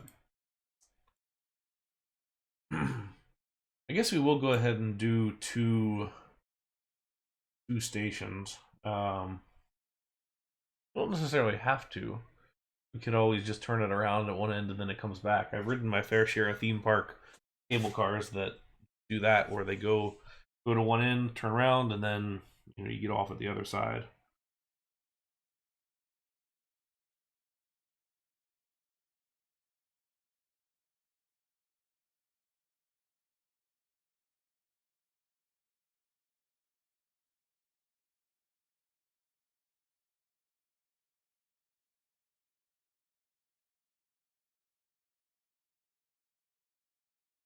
Yeah, it seems like it. Although, talking with Ollie 414, it seems like they're just coming off of the releasing the new save format and all that. But it seems like part of the future goals as they go along is to make the track editing or track building a little more accessible.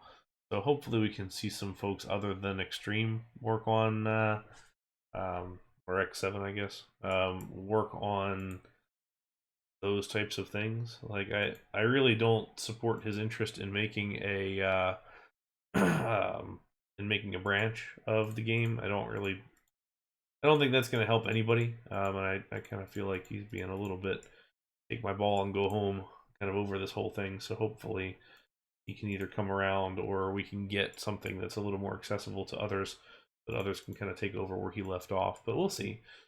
Certainly not making any determinations now. Um, yeah, it's cable cars can be a little scary. We did a really freaky one in China that was like up the side of a mountain. Let me see if I can find it. Actually, it was and we didn't even know that it was going to do that. I thought it went across the park because we couldn't see the whole park, and then all of a sudden it just starts going up a hill. Then we look up and it's like 900 feet up this mountain, and there's just a gigantic cable car, and it was a lot. Um, we did one in Switzerland that you couldn't see the top of it from um, where you're going. It just kind of kept on going through the clouds. See if I can. Nice photo, but not what we're looking for. Let's see.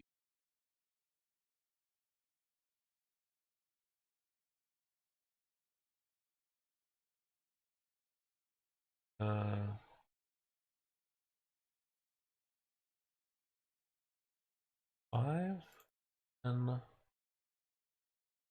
721.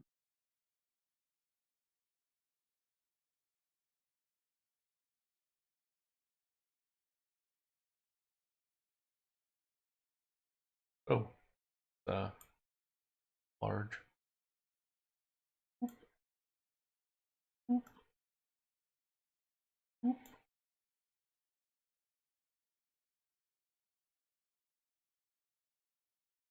Yeah, this is the one that we did in China. Here, I'll zoom a little bit so you can see. Because it boards like way over on the other side of the park, and I guess a lot of this was obscured by trees, and I couldn't really tell what was going on. So yeah, we just kind of kept on going, and then all of a sudden it just kind of started up this mountainside, and it was a very yeah, we each car kind of held like one person, maybe two if you squeezed it. I mean, one American person anyway of my size, and it was a lot. Hey, Kanila, welcome. How are you tonight? But yeah, it was. I would say it was a good. It was a good 1,000 feet up, probably, and I remember more than once thinking, man, if I fell in this car, I probably wouldn't make it, and it was because there was a lot of rust going on. It was a lot of the very janky park in general, so not yeah, not my favorite.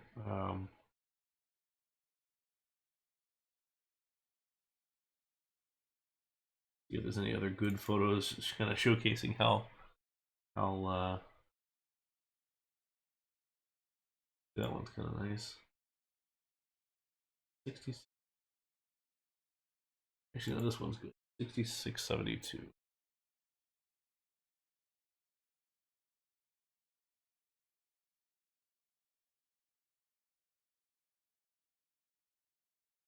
So you can kind of see it here, going up the hillside. There was it was a lot more sheer cliff than I kind of expected. Like it got really steep, really fast.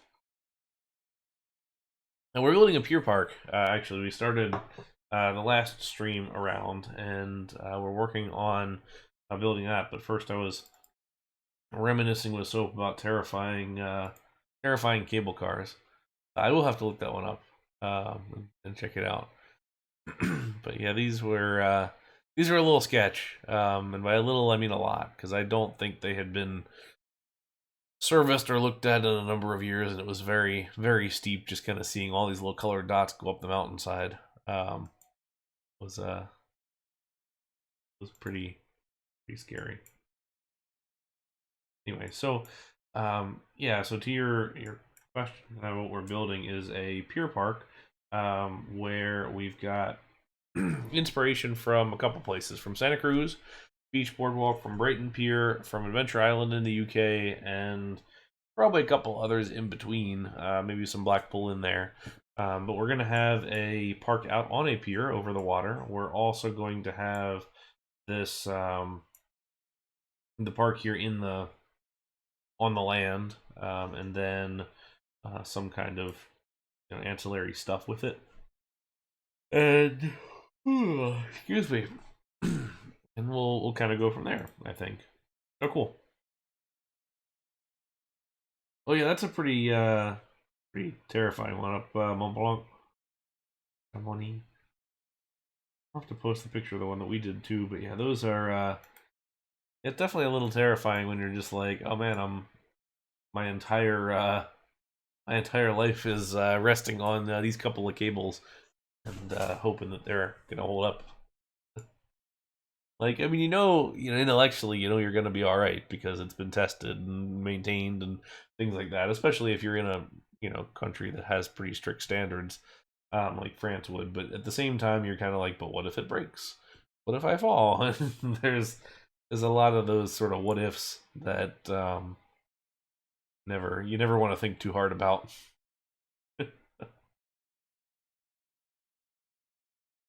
So I'm kind of thinking maybe what we do here is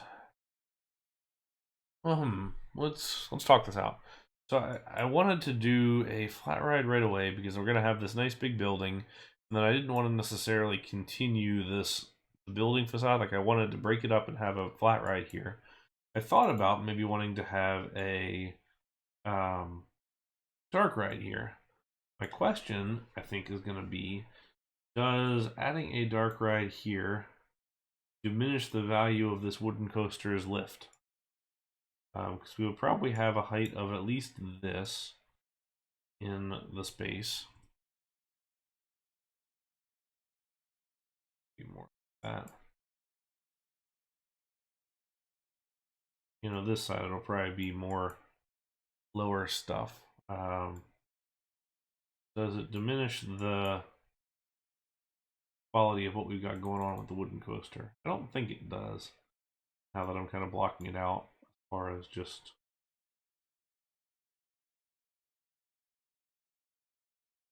we don't need to have a view of the we definitely don't need to have a view of the drop itself. Like that's okay to not. Maybe so. Maybe we do some of that, bring that in, where we have the dark ride roof, which would be on the taller end here, and then maybe next to it is a lower portion that has some stuff on top. Either have some viewing, or we could put a flat ride right here.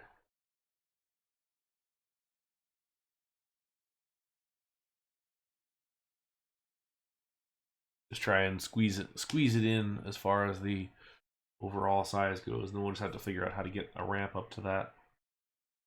1, 2, 3. Yeah, because you could do some eatery stuff under here, kind of have a separate island eatery here in the middle.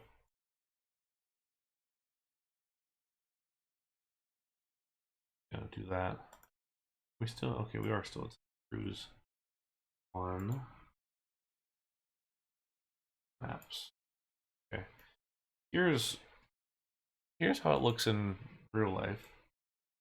We've got the space underneath the coaster is actually used with buildings. So I kind of want to do that sort of idea.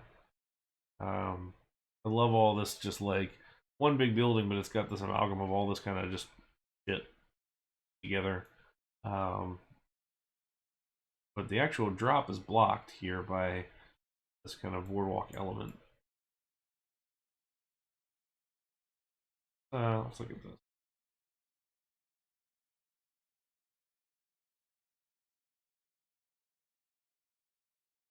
That's pretty cool. So it means that each of these supports here are part of this coaster coming up. Long John Silver's. Yeah, we do need to have like some sweet seafood restaurants somewhere here, um, somewhere through the space.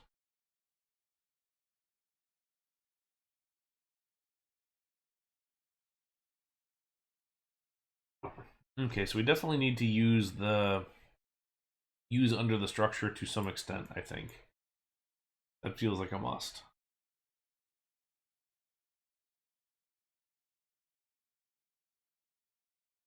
Also need to do like flags or something else on the coaster.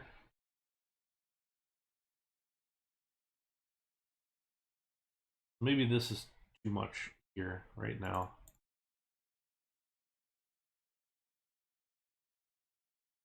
Maybe we don't do the dark ride there. Maybe it happens.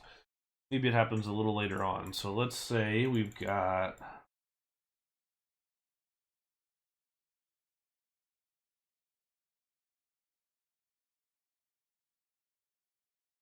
gonna say I need 6 by for a dark ride, only, or not a dark ride, a flat ride, only because I'm kind of figuring in queue and such. Maybe this is Dodgems or something in there, bumper cars.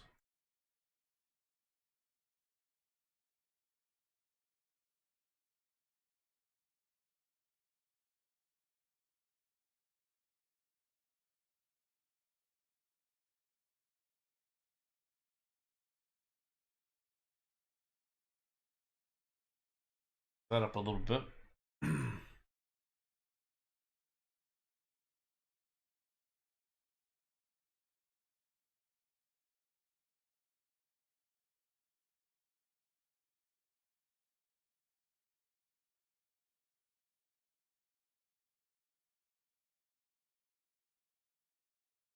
Happy little buildings, exactly.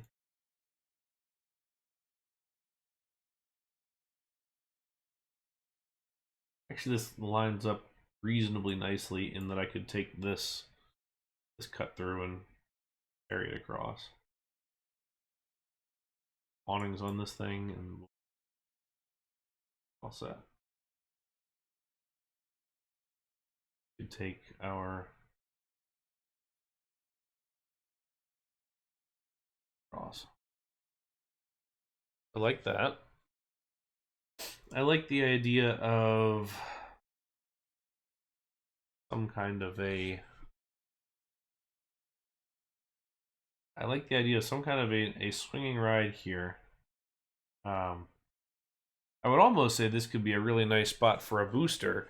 But I almost always see boosters situated in parallel to the guest path rather than coming at you, because it's not really easily photographed when it's at an angle.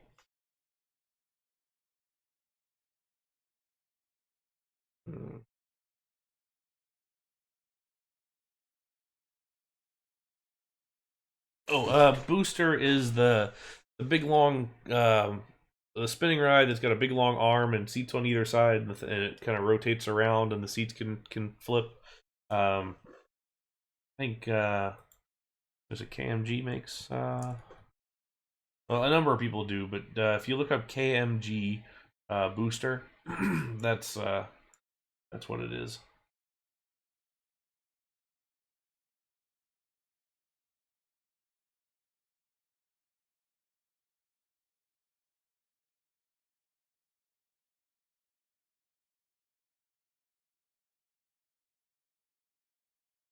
Maybe we have a little structure.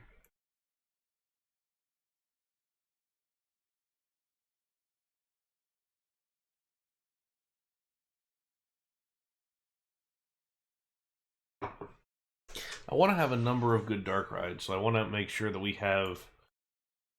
I want to make sure we have a number of boosters are fun. They're just usually an upcharge at parks, so I don't typically pay it. Oh man, the Rolo plane is one of those that you have to do, or at least you should do at one point, because Irely rides are so cool. Just if you ever look those up, and it's I'll spell it in chat. Irely. So Irely was a an aircraft company who decided that they were going to try their hand at amusement rides, and part of it was basically they were looking at building like simulator type training things, and so they built a couple of flat rides. So they have the Rolo plane, Lupo plane, the just a bunch of different ones. And so your most standard one that you see is it's two arms, and it kind of rotates like this, and then the seats rotate so that you're upright at the top, but you kind of dive down while you're rotating. It's really tight. It's really claustrophobic. The restraints are awkward and kind of just really like pushing hard down on your thighs, but they're super fun. And there's I think they just took it out, Lake Winnie in North Georgia. had the flyoplane, which basically it was a little plane that had wings and everything, and the arm, it was a spinning ride, circular spinning ride, and attached to the arm attached to the nose of the plane, and you had to try and keep it upright, but it was really actually very hard to do it. You usually spent most of your cycle, or the majority, I guess, kind of hanging upside down to the side, unless you could get it upright and actually going. The Rocco plane is cool. The Rocco plane was like a Ferris wheel uh, that has little pods that you can rotate. So it basically has a brake that you can hold on, so it will rotate all the way around. You might be upside down some of it, then you can suddenly release it and then like roll your thing. Too slow as in too much hang time, or just it didn't move quickly enough. Because it depends how good they go sometimes. But if you balance it right, you can kind of get it swinging around. It can be a lot of fun. Here's the a link to the Rocco plane. Um, but yeah, there's so many really kind of fun, weird rides. It really depends how you want to do it. Like if you with the with the Rocco plane, if you push the brake down and you go kind of head first upside down as it spins down, and then you let go at the right time while leaning backwards, you can get a couple of backflips in a row. So it really is all about momentum, and the cars are kind of sort of light enough that you have a pretty good control of it if you can really get them swinging back and forth. So depending on how good you are with the blood rushing to your head, you can actually do a lot of fun stuff in them. I don't typically like hang time, but for whatever reason, these rides I think are a lot of fun.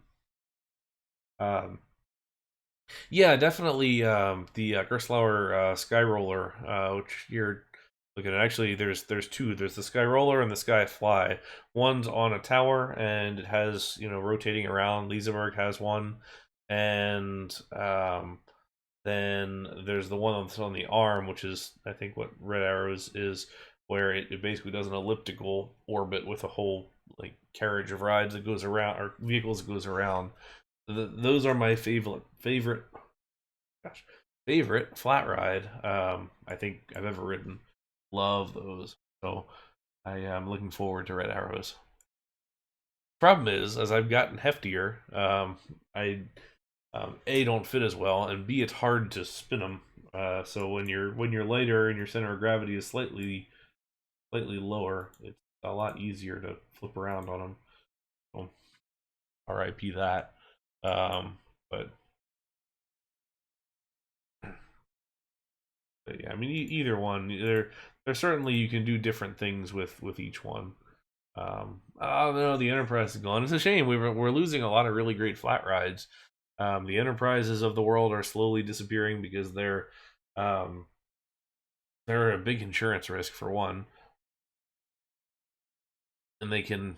It's very easy to very easy, very small rider to get injured. So when you see Enterprises still existing, you typically see them with a pretty tall height requirement.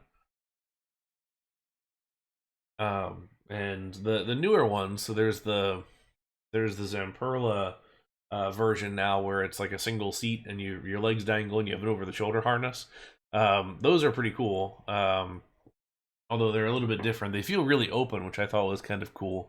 Is how exceptionally just exposed you feel versus the old school Enterprises that just didn't have harnesses on them, and you ride in a little carriage and wrap around. So it's uh, kind of cool to see. Um, but it is a shame, and a lot of parks have gotten rid of their top scans, or not top scan, top spin. Most parks don't even have a top. Um, all right, I wonder if we can get. We could still get this swing in here. Um, Question is, what do we want to put? We want to go. It feels like it wants to be some kind of a swinging. Right, top spins can be tough if you don't like pressure on your shoulders, and it can be a little much. they're not at all comfortable. I've never ridden a top spin that I thought was comfortable. If they're on a good program, they can be a lot of fun, but it all depends on what the program is, I guess. Is if it's any good or not. Um, okay, let's think through how big this would need to be for a good swing ride here. If we wanted to do a frisbee.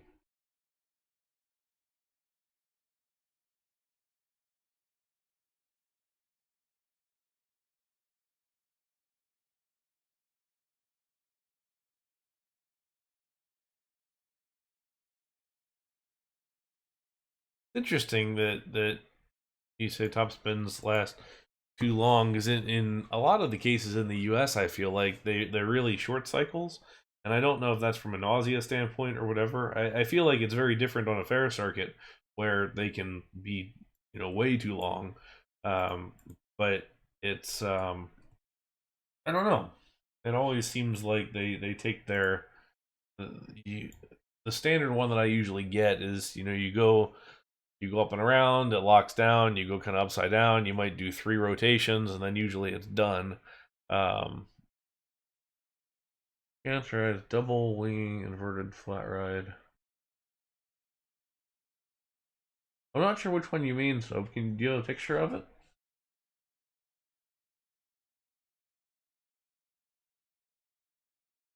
The one that I like are top scans when they're done properly. I think those are fun. They're um, um, hey Marcel, what's going on? Alton. Oh yeah, okay, I know what you mean. I know what you mean. Yeah, those are not super comfortable. Not a huge fan, to be honest. But yeah, not too bad. How was your day? Did you end up streaming as well? Thanks, Josh. It's actually, I got to credit Mr. Brightside for the overall design of this. Um, we um, started that up for the finals park that we were going to be working on for head to head, but it just never happened. So I'm borrowing it and improving on it slightly. So we're getting there. Oh, cool wedding. Oh, that's nice. Those are always can be fun. Hopefully, it was a good time for you. We're building a pier park. We haven't we haven't given up on the other park, but we wanted to do. I wanted to do just something a little bit different and something that changes themes and styles a little more rapidly. Because my worry with the park that we were looking at for Revolutionary America Park, I feel like all the areas and all the styles were going to be like slightly similar.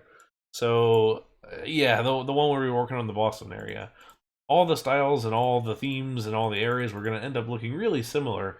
And what I didn't want to do is spend like, you know 2 years on a park like that when my original idea of doing these streamed park building things rather than just layout building was because you could easily teach, how to build realism and stuff like that. But when you're doing the same thing over and over and over, especially with as glacially slow as I build, it didn't really make sense to continue that. So we'll probably come back to it at some point here in the future. But for now, I wanted to do something that I could have some confidence that's going to change a little more often. So that's where we are. That's where we are. All right. I want 1, 2, and 3. Let's say we are here. So, this is a combination of Santa Cruz Beach Boardwalk, um, Santa Cruz Beach, Brighton Pier, um, Adventure Island in the UK, and maybe some other ones. We'll see.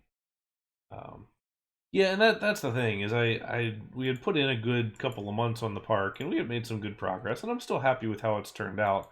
But at the same time, I looked at it and it just didn't feel like we were making a meaningful gain on the project. And I don't know it made me a little bit sad because I feel like we um, could have done some additional work on it.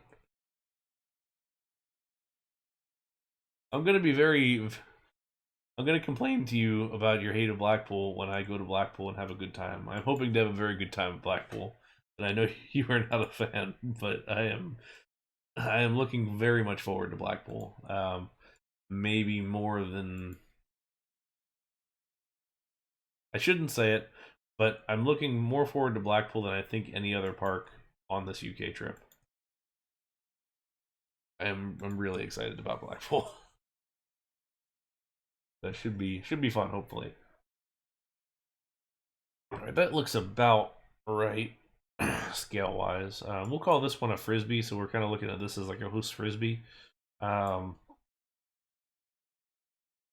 yeah, I didn't know if I wanted to say it because I mean I'm certainly excited about Alton.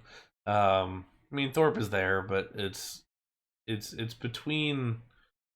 between Alton and Blackpool as far as the two parks that I'm most interested in.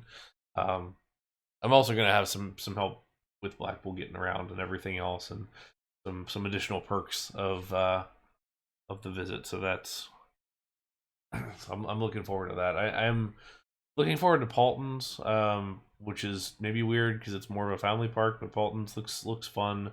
Chessington will be a lot of fun because I'll finally complete the suspended coaster set with Vampire, or at least the Arrow suspended coaster set.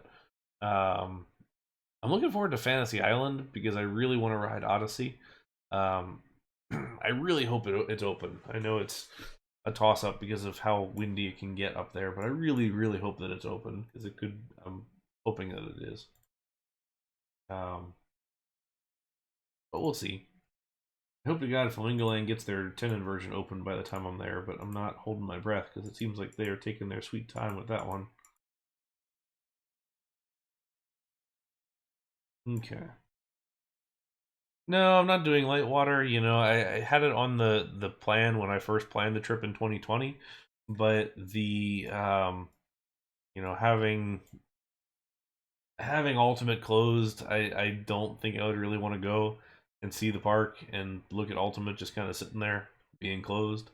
I think I would be pretty disappointed in that. So I'm not.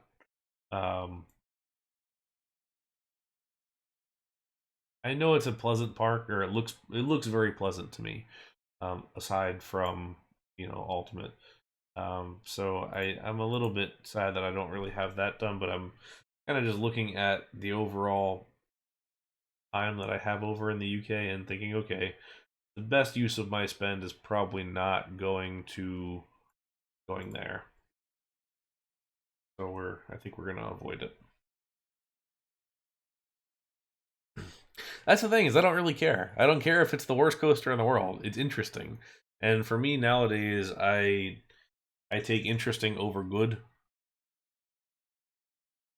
Like I feel like I spend more time seeking out interesting attractions than I do good attractions.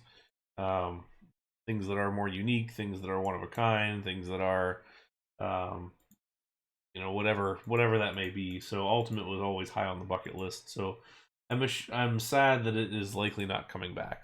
So it will live on as one of those that I missed out on. Okay, let's have a look at how we can fit in this. This might be a little too, yeah, not gonna look great.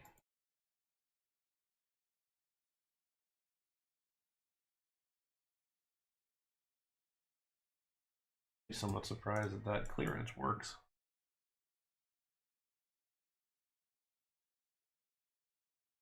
Curious, did it actually work or did I just fudge it?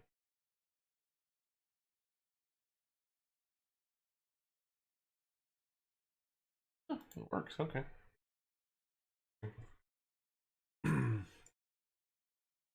I've been talking with the operations director over at Blackpool, so they're going to show me around a little bit. It sounds like. Um, one of the things I definitely want to do on this side is going to be custom supports that come out over here and then drop on down, so that we have this great like little head chopper moments here. That would be really nice. And then figure out what else is going on. I probably want to do. I don't know if I want to do just a little dip like this, but I kind of do.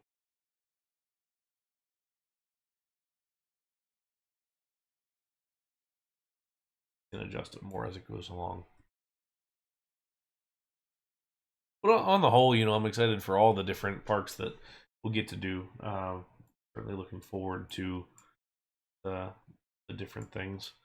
We're gonna do. Let's see, what do we have? Adventure Island in the UK. So the one on Southend-on-Sea. We've got Chessington, Legoland, Thorpe, then Brighton Pier, then Paulton's. Then Grand Leisure Park, maybe. If it's still open by the time we're driving by it. Oakwood, Drayton Manor, Alton Towers, Blackpool South Pier, Southport Pleasureland, Flamingo Land,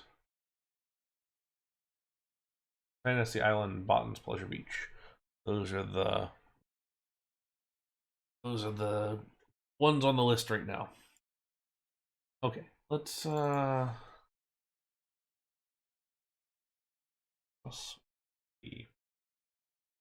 What I want to look at is the original one.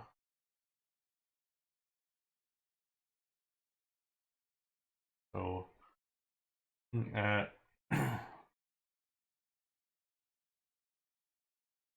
it depends, I guess. I kind of want to do this kind of frisbee rather than the other kind, but I'm not opposed to the outward facing ones. I've always liked the classicness of this one, and I know that Kinos or Real Steel is working on a version of this, so I wouldn't necessarily mind this being the one that we go after.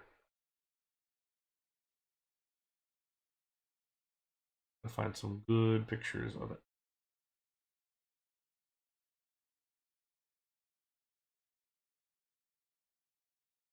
The only challenge that I would say on this one is that the angle of the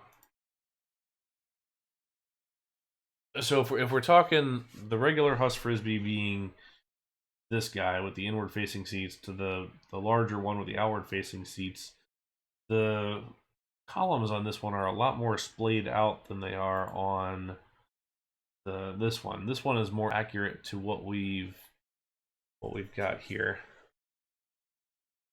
Did they ever have reverse cars, or did you just sit in the thing backwards? How did it go? Yeah, I don't know. Hey there, Judy Boy and Gerard 1963 at the same time coming through. Welcome in. How are you all doing? Thank you for that raid. What have you guys been playing?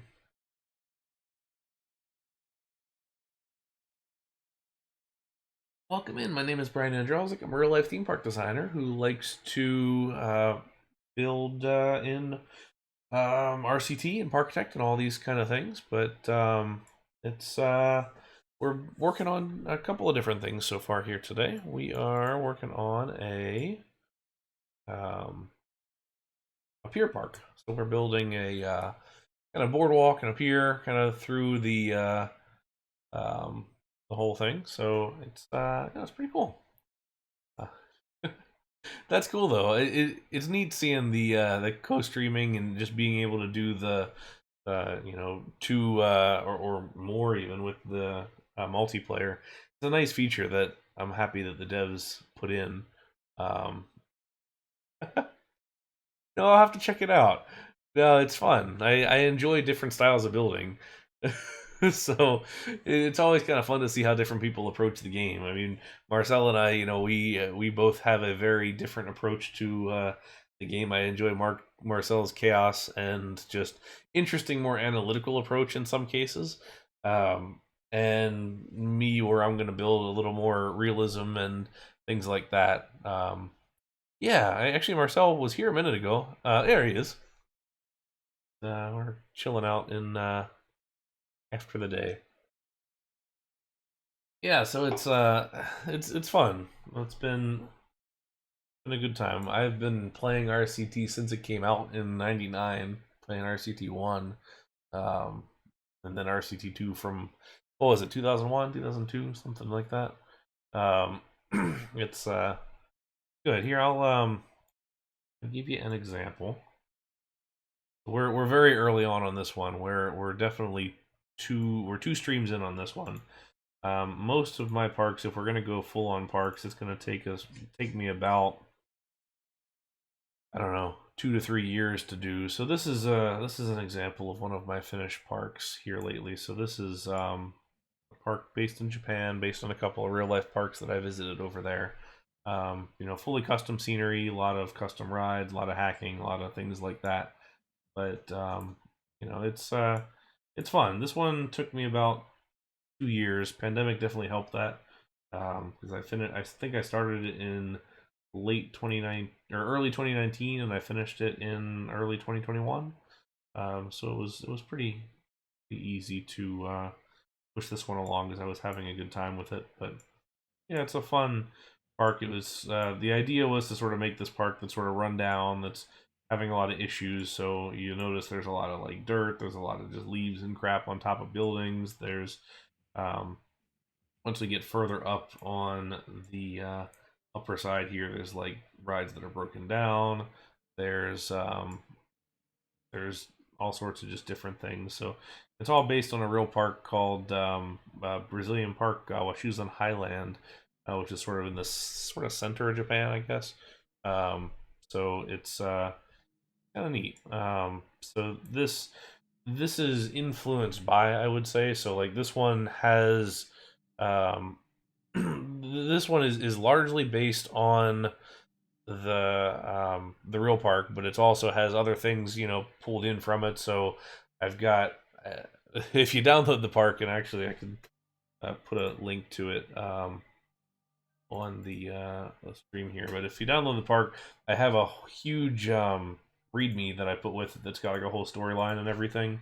And I kind of created like an own backstory and things like that. So here is the park. If you're interested. And then I also built a little Japanese village down here in the along the water, and there's a whole just different backstory and things. So if you read the little readme in there, there's all the different characters of the story, and I have the different people here. There's their different households and things like that. The traffic is all sort of custom hacked rides and things, so it takes different paths, and some of them follow storyline things, some of them just kind of do their own stuff. But at our little temple here and all that, so it's fun. This one I enjoyed immensely because I enjoyed my time over there in Japan, riding rides and just doing parks. And this one stuck out to me as such a strange park. Like objectively, it was terrible. Like we went and pretty much every coaster was closed except for one, and it was a dump. It was really run down, but it was just something very captivating about the park that was interesting enough that I wanted to try and take influence of that, plus influences from other parks around the area, and some of my own storyline type things, and bring it across. So that was part of what drove the design for this. But this is my last solo park, I guess. I have some group parks from other things. If you, all of my stuff is in the profile there, the link that I included. Um, you just search by park. Um, but the detail is kind of what brings me into this, and kind of the realism or the recreation of realistic things, and trying to make it as accurate as possible to real life is what kind of draws me in. Now, that also means that it's really slow. So when we're doing streaming, I mean, I've been live for since 2:30, so like 2.5 hours now. Um, and we've really just built kind of this little promenade here, these poles, and that's pretty much it. So it's there was a power outage in the middle of that, so I blame that. But honestly, that's not far off from how it usually goes on some of these streams. So it's more of a come chill, come relax, come hang out, and we'll talk uh, we'll talk theme park design theory and other odd topics of some kind. And I can at least say the theme park design theory is somewhat legit. I have spoken to college classes about it, so um, I'll take that. All right, let's. I think we're baked in enough to this one right now. Full scale SeaWorld Park. Maybe one day. That was one day I will finish it. I shouldn't say that. One day I hope to finish that. I started that in 2009, I guess. It was when I started at SeaWorld, and um it would have been 2009, and I intended to finish the park in like a year or two, and we're now 12 something years later and still going. So it is what it is. I like hearing your takes on that kind of stuff, AJ. It's always interesting seeing how classical music side translates across to this sort of thing, because I don't know music at all. I am not talented by any means as far as that goes. But it's cool to see how you approach those sorts of things, and just listening to that whole process, you learn something for sure. We also have a Discord, by the way. I will post that here, and I do a YouTube channel where I review parks. So I just do this one instead. Yeah, that one. That's got RCT reviews, some hack tutorials, some different things. We have a series that I'm doing with Mick and Man Station from his YouTube channel, where we take user submitted layouts and we kind of help rebuild them realistically and kind of show how to do it. So that was another series that we getting back to soon. But yeah, so many links, so many links. Oh, and thank you, Spooty Mobile, there for the follow earlier, and of course, Judy Boy and Gerard. Thank you so much for those follows as well, and just for stopping by. So it's good. Yeah, thanks, old school. We're trying to get it back going again. I know that there was a nice long pause there for a while, and I am really trying to get back into it again. I I had kind of a slowdown for a little while, just in terms of real life got very busy. Real theme park work got very busy. Um, the spring is always a very busy time in real theme park work, especially here in Orlando, because we're really kind of building out. Um,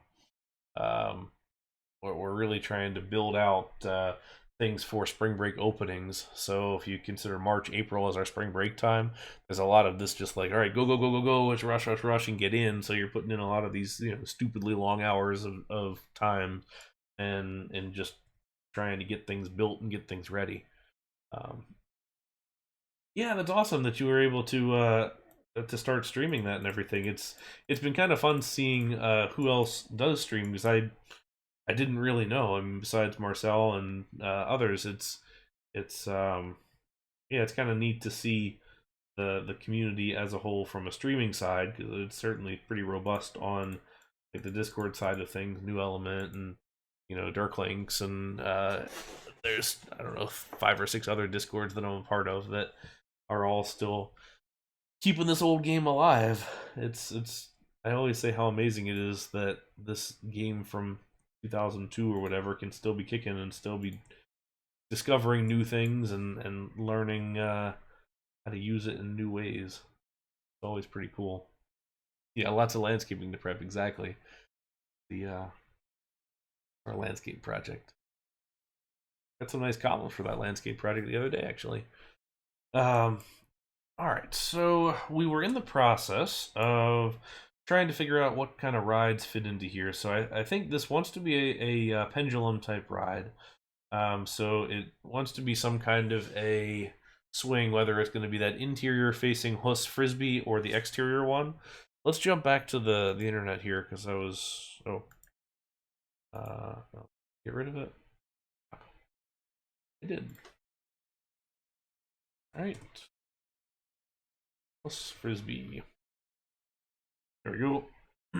So the point I was making before is the larger Huss frisbee with the outdoor facing or outward facing seats has a much narrower footer base. You look at this one here, and they're pretty vertical versus the inward facing ones, which are splayed a lot farther, and they're smaller. But it's also it's mobile, or they can be mobile too. So I kind of want to do one of the mobile ones in some form. The maybe the problem is there's a nice big backdrop to the rides, so I don't know if I want to do that because we're going to be facing kind of the wrong way. Um, so these are pretty much always set horizontally to the pathway. Um, so maybe I want to do something else. But I love these rides. They're one of my favorite. Max Air at Cedar Point is easily one of my favorite flat rides that I've ever ridden. Um, but I can't really think of anything else to put into this space because I wouldn't mind doing this frisbee with a proper backdrop. I just don't have the space. It's they're fun. It's the outward facing ones that are larger and a little more extreme. Those can be pretty intense, especially this one from Intamin here because it always looks really spindly. Actually, no, this is Zamperla, I think. Um, but yeah, it's can always feel a little bit odd, the giant frisbees. Um, I get that. There are some rides that I like less than others. Free falls were the last thing that I got over. I do love free fall like rides. They're a lot of fun, but I you still as we're going up, I'm always heart pounding, kind of nervous, and not really sure what's going on. Um, but the whoop. I would love to know where that came from. Like the naming of some of those early ones. 'Cause I had never heard of that type of ride referred to as that before RCT. Um, it was very very interesting. I thought. But yeah, so those are fun, and drop towers especially. I mean, coasters are my thing. That's where I travel for the coasters, not necessarily for the other rides. The other rides are a nice bonus, so it's oh fun. Okay, well, that's nice. I was in Germany in 2019 and 2018. We did a couple of theme park trips there. We did Europa Park, Phantasialand, Trips Trail, Holiday Park. Um, then some of the stuff further south, Skyline Park. A couple of the Alpine coasters further south towards Switzerland. Just making the rounds to see what there is to see. Um, I'm Orlando based, so it's and then I travel around for theme parks as my hobby, so that's always fun. Um, yeah, the more that I look at this, the less I want to do the facing inwards frisbee, just because I really want to do this nice backdrop, but I don't think we can do it on this because if we go back and look at the ride, we're facing sort of the wrong direction here. So I think instead I want to do maybe something like a KMG afterburner. I don't think it exists right now. Um,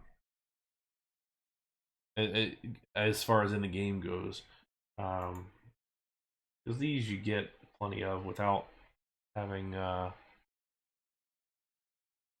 without having the nice backdrop. Ports are definitely splayed a little further again, but that's maybe okay, and we can deal with that.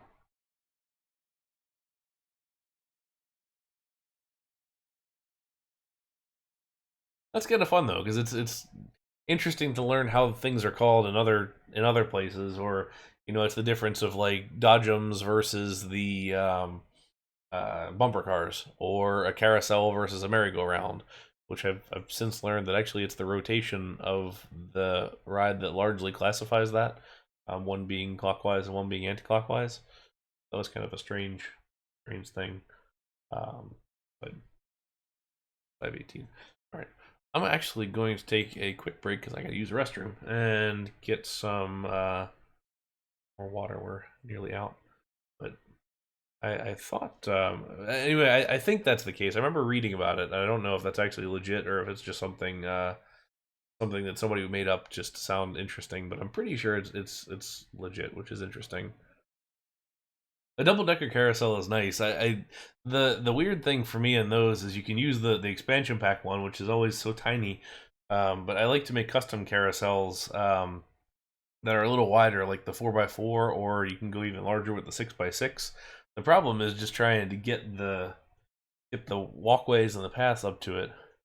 AJ, I feel like you made one a while back, a custom one. Maybe I'm wrong there, but I thought you did. All right, so let's see if we wanted to do a KMG afterburner. Take a look at this. How much is it? Get one for sale.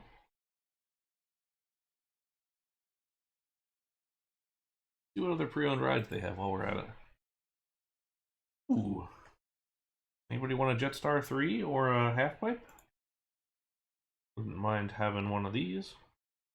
They had just refurbished this. This was at Furvik in Sweden, and they just got rid of it this last year. I would not mind getting my hands on one of these. What's the double loop? Oh, there's no way they're still selling a looping star.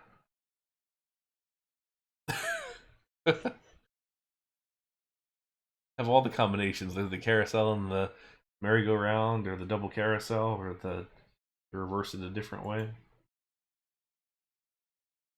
I'm shocked that this is still available. I wonder. The picture here is Laser at Dorney Park, which is traveling with a showman in Saudi Arabia right now. It's got rethemed as Test Track, which is that's interesting.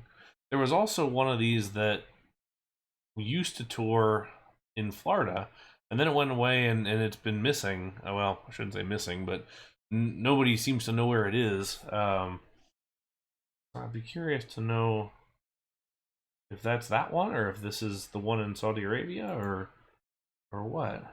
Sorry, I know we're going down a rabbit hole of other things, but oh, there's Mauer's G-Force from Drayton Manor. We can get a get the Zamperla there.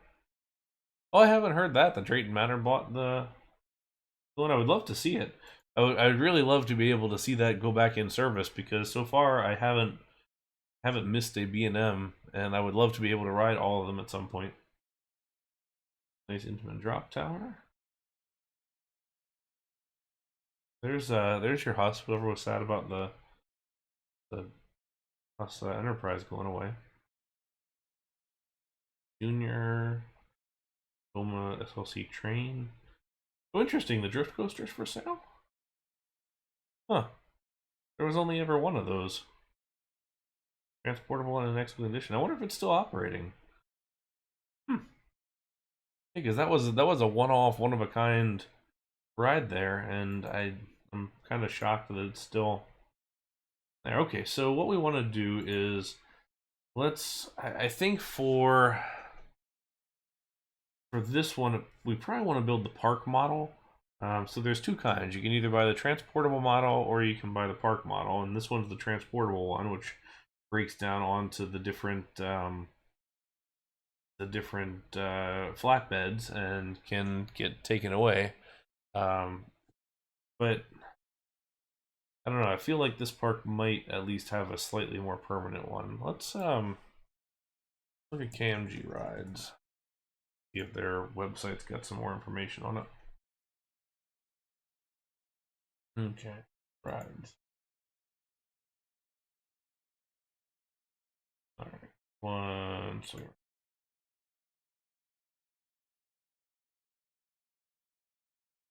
Okay. You go more with like the freak out because that's definitely.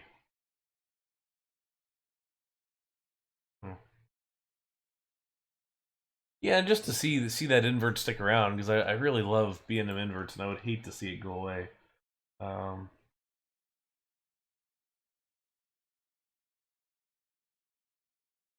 Parker transportable model, both suited for high capacity. This is always amazing to me that this ride can be put together in 3 to 4 hours with three people. Like that's so amazing to me that somebody can do that so quickly. Like, and just speaking to the overall design of the thing. Um, Also, hell yeah, look at that new just a lap bar. Oh, that's awesome. They used to have, the real beefy over the shoulder harnesses. That's a much better design. I like that. And the side mounted lap bar like that. Cool idea. I hope that that's actually the case. Like those show up in different places.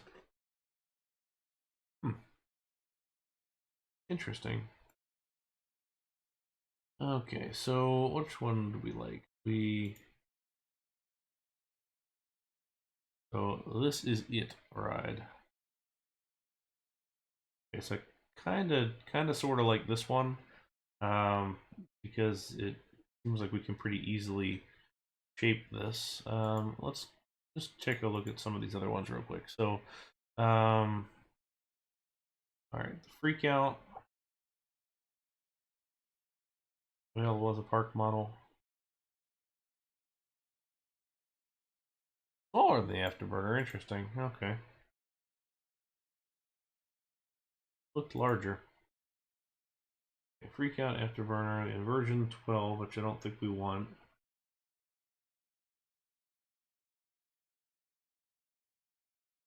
We could go more towards the vortex, the like the one at Thorpe. All right, Jared. Thanks very much for stopping by, and I'll have to follow you back here and join you on one of these future streams. Thanks for stopping in. Have a good night.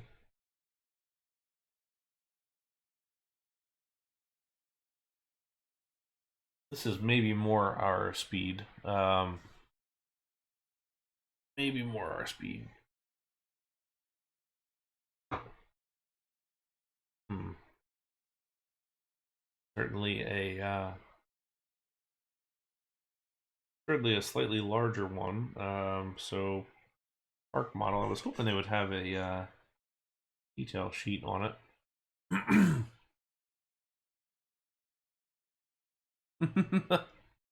Nothing embarrassing about it. Always fun. Okay. Some wear pieces. We're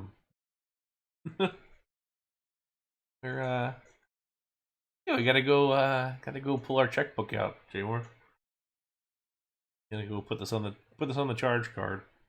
See what there is to see. I've got all my IAPA brochures down there in the storage area. We can start to page through and see what we want to do. Here, hang on. Let's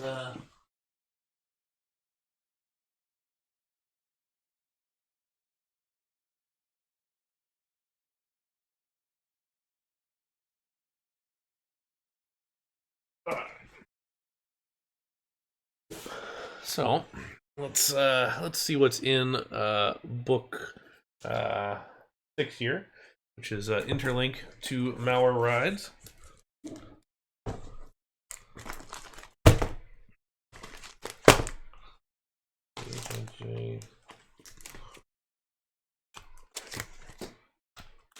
just looking at the at different ride options. All right. See here. KMG, we've got the KMG Move It. I know who would want to work for IAPA. That's gross.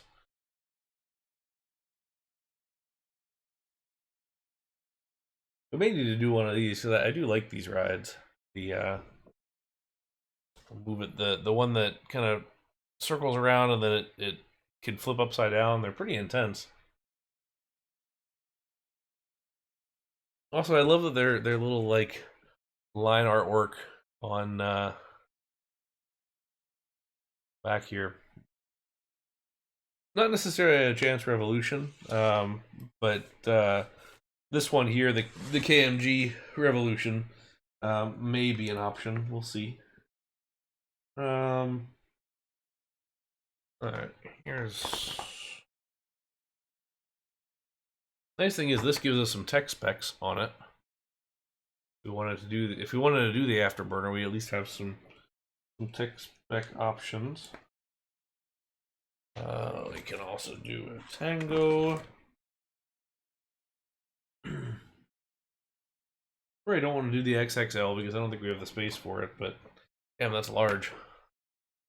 Size of that.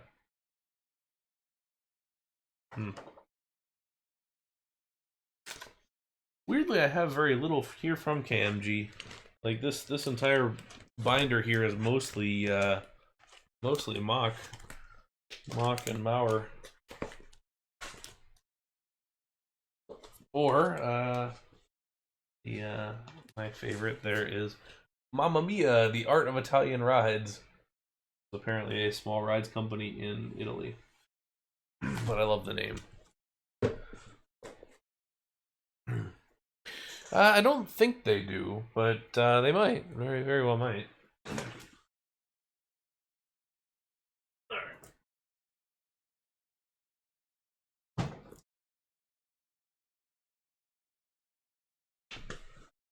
Chance may be the broker for them, depending on. I'm not sure who KMG's broker is. I know at one point they were Ride Entertainment, but I don't know. Kind of looking at these. Josh, what do you think about the supports on here? You think this would be like an easy object to do, or should I just use the B&M supports? Because it seems like with the square tube that grows a little bit, you might be able to make some more easily doable custom supports. Might look a little better.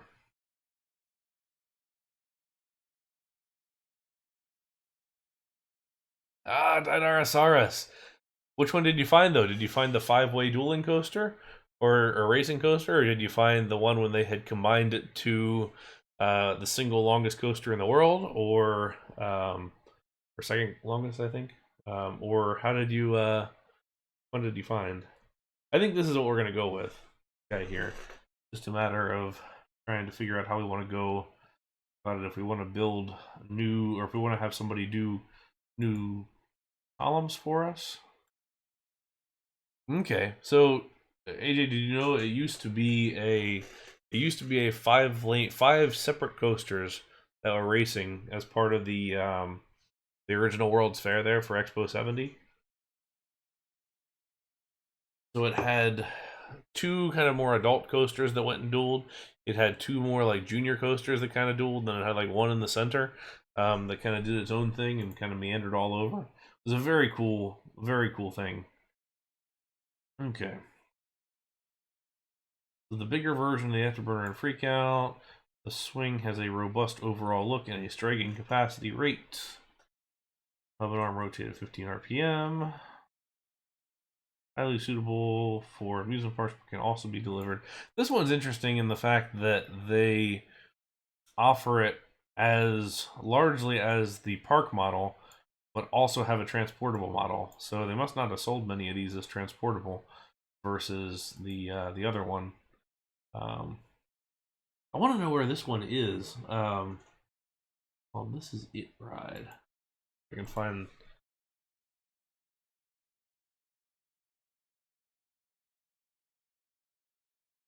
Yeah, there's no way I'm gonna be finding that swing ride. Maybe.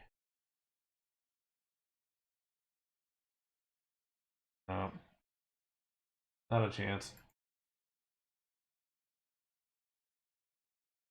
Oh yeah, Lewis made the 6-shooter, 6-lane racing slash dueling coaster. Actually, Marcel just did a video on that a couple of weeks ago, which is great to see. It was very nostalgic for me, just having.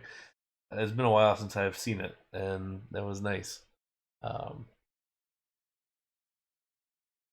yeah, Lewis is very good at layouts, and he knocked out a bunch of good layouts in a really short order way back when. He was kind of like Mavericks in that regard. I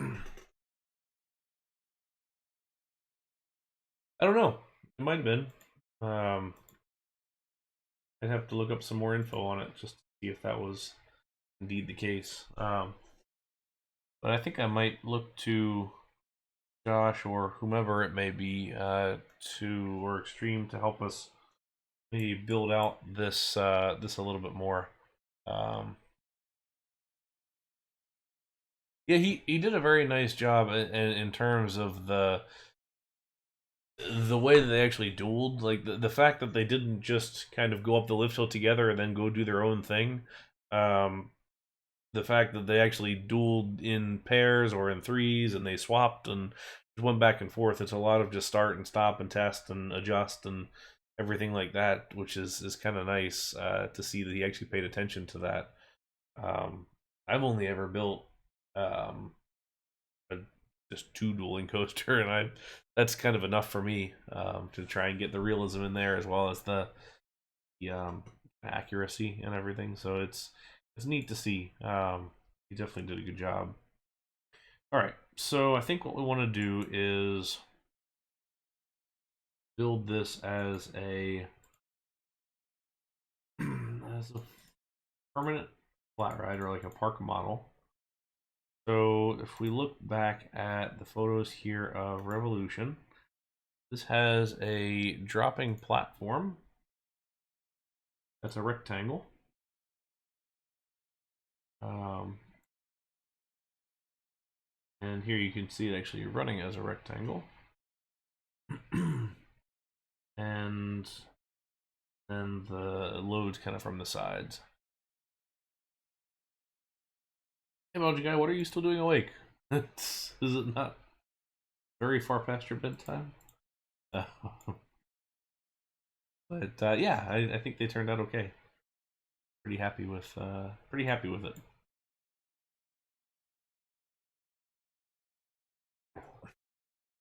All right, fair enough. Fair enough.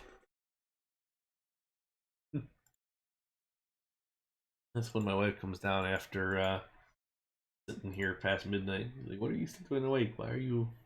Aren't you in bed yet?"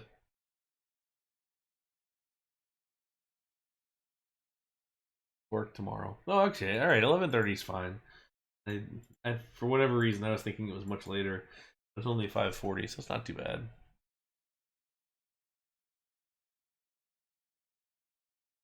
I'm looking for a nice version of a lattice floor, which is probably going to end up being this guy.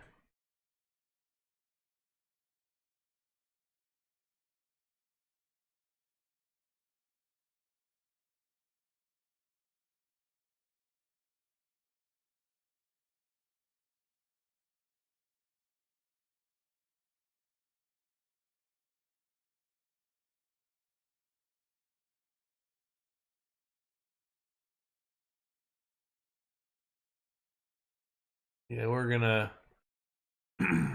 go proportionally for more of a rectangle, I think, than square for ours, just because I think it's gonna look slightly better. Oh, that would have been so much fun, is do a tacky boardwalk park. And that's kind of where we're going with this. Is we definitely want the tacky up. We're gonna have stupid surf shack type buildings. We're gonna have the weird different parts and pieces of stuff. So I want to have that kind of fun aspect to all of this.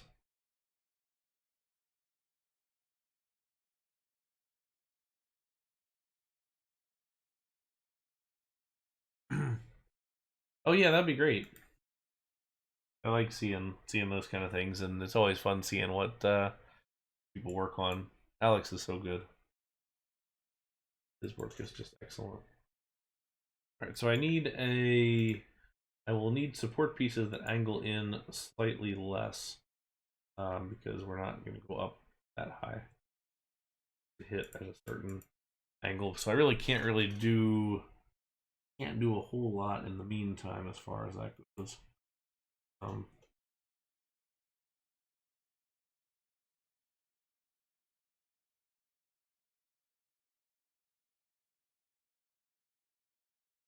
do a little bit. Okay, so there are motors for the floor on the corners.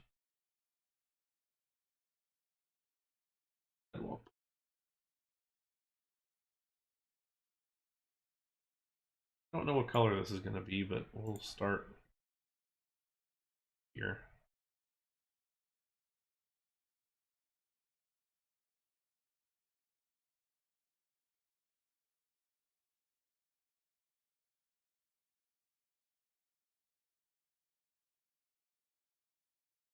Let's order.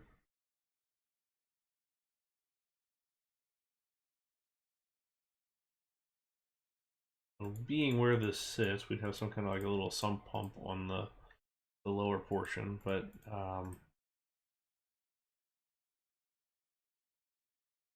probably not be super visible here.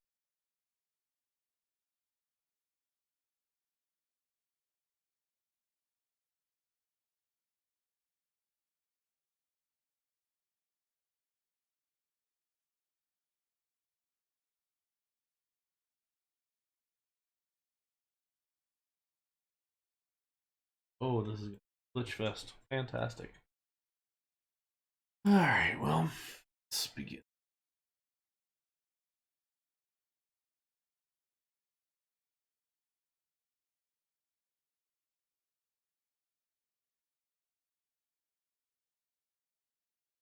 That.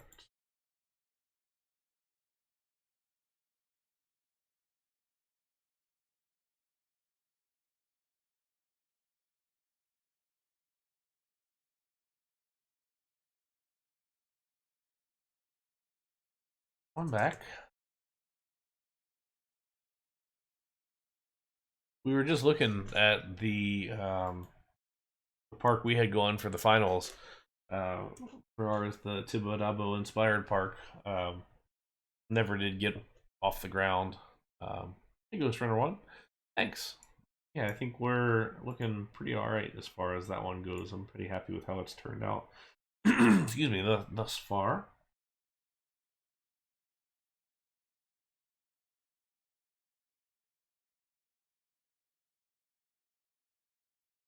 So we won't be able to build the tower today, but we can kind of back into the overall design with our. We know where the footer placement is going to go, which is fine. We just don't know how high the arm is going to go. It's going to be. We want it to be in a certain space. I just will need to know. Excuse me, how tall those footers should be. But no.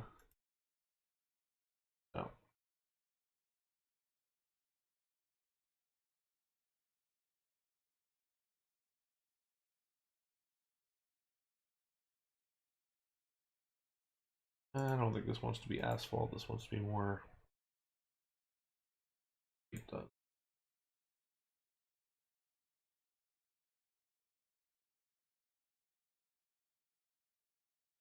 Stand out nicely against everything.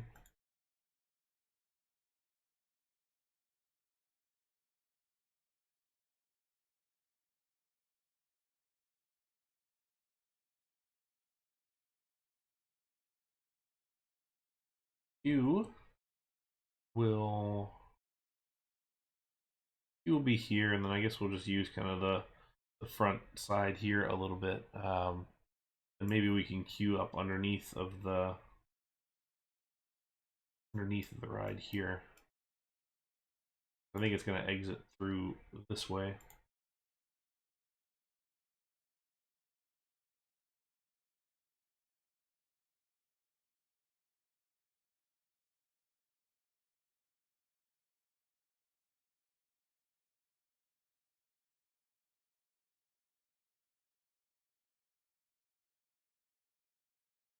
So it might just be that this queue starts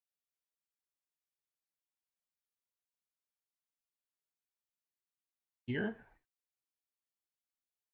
perhaps.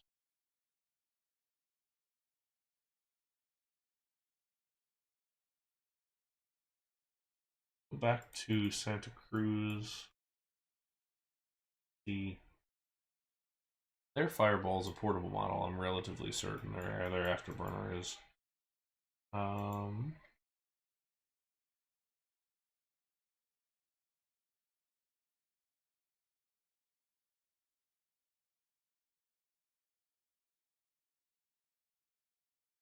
Yeah, one here.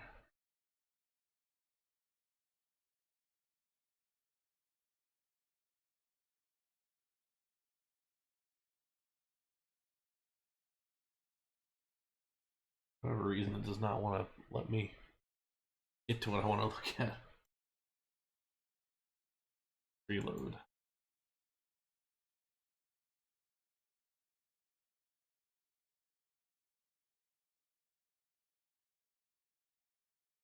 Up. See what a typical ride fence looks like.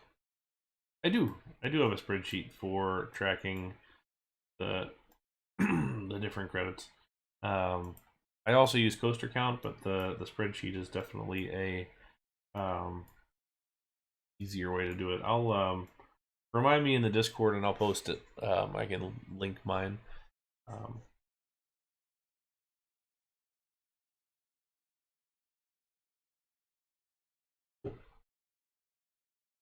Theirs is definitely portable. Go up a little bit and see what kind of ride fencing looks like elsewhere.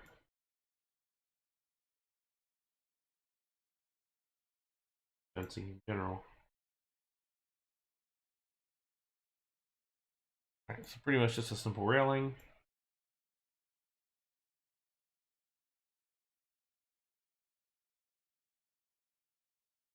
There's the Ferris wheel.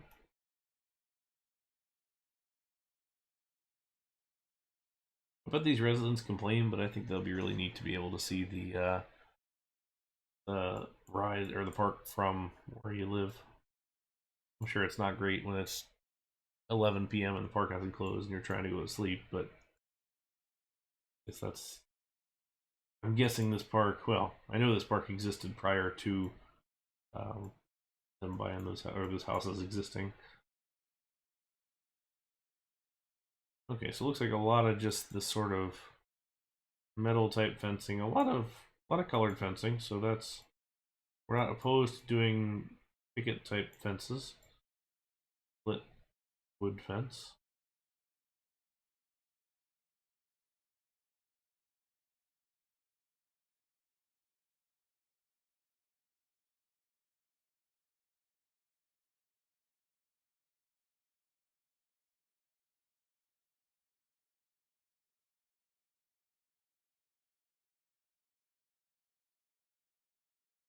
Oh, back to start doing the stuff.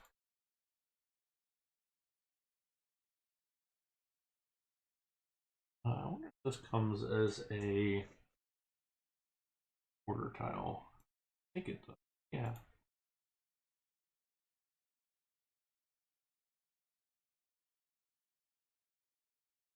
Gate of regular fence.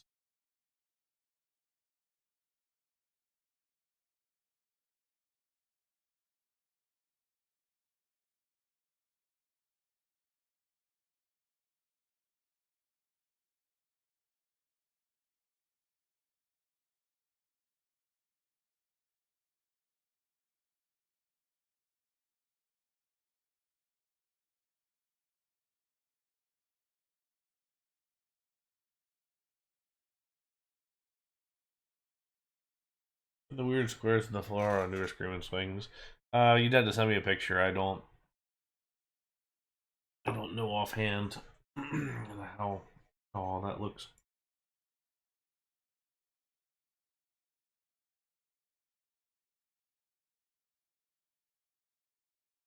Well, I like this being in the center, although it's not exactly biased correctly. We'll have to put the operator panel or operator booth somewhere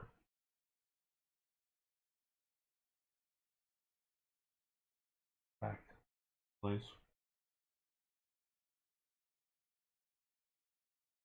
You can see us painting the top of the.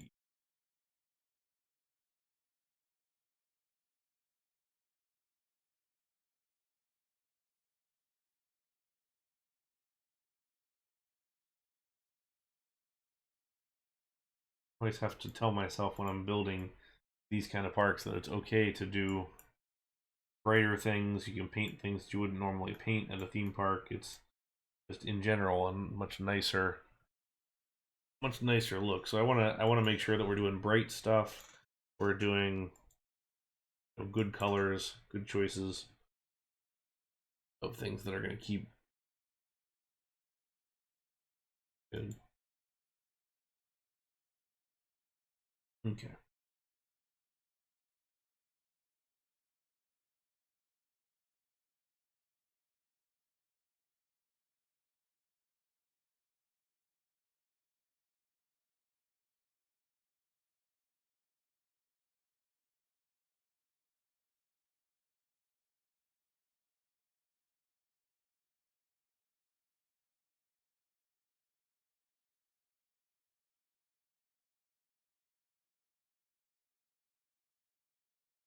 All of these are glitching through. Great.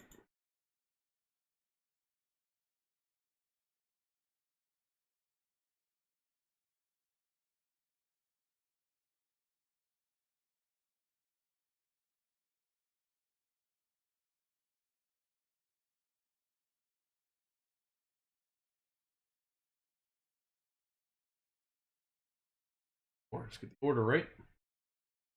So that will let us.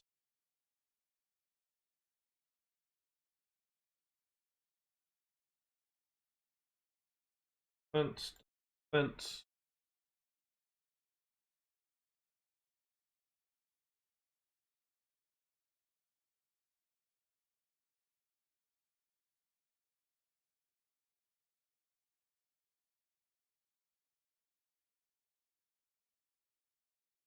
If it was a transportable model, then we would have probably put the put everything slightly off the ground a little bit, just so that it kind of there on top. But since it's an in-park model, I'm just going to put it all pretty much flush. I think more often than not, we're going to have these as portable.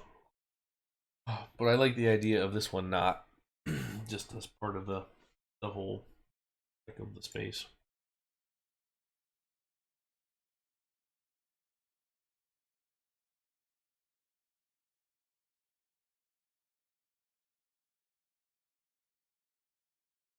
There's our queue entrance, and they'll probably come across this way.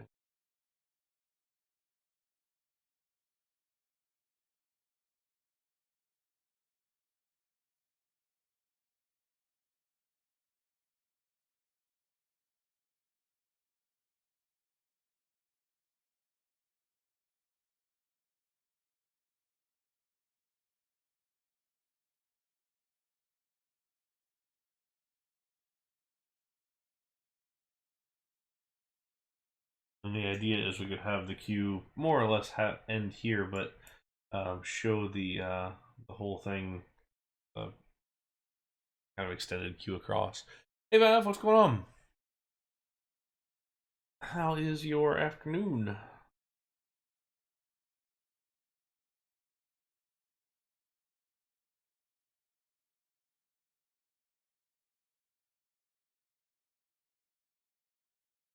And we'll have sort of the maintenance path back here.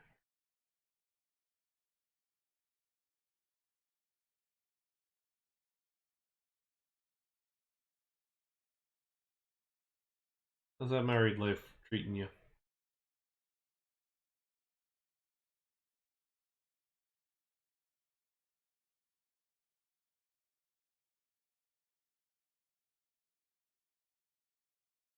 Nice.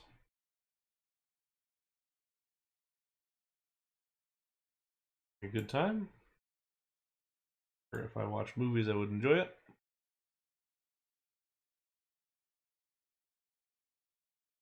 Quite a while since I've seen a movie or seen a movie at all.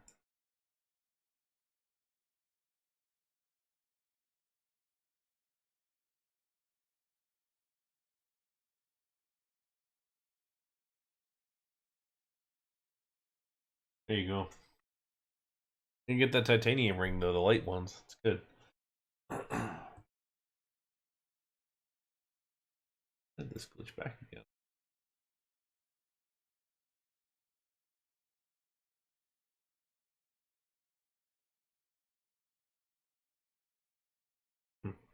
Strange. Give this some flowers.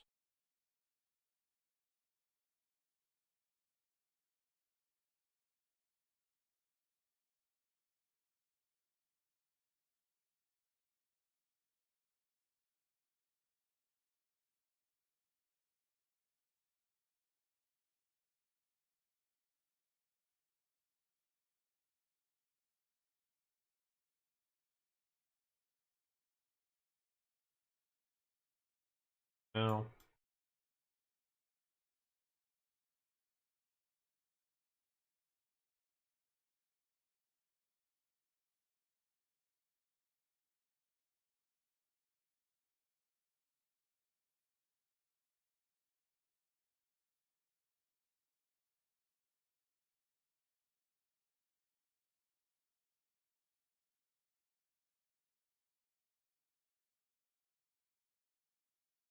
nice. Well, seems like a good time.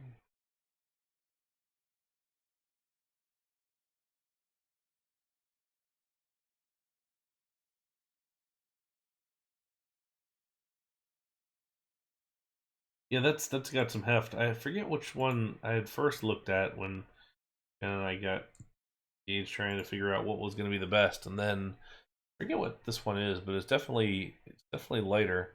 Um, like it's very light to the point that I just kind of forget that I've got it on. I don't have to worry about like clocking somebody in the head if I high five them.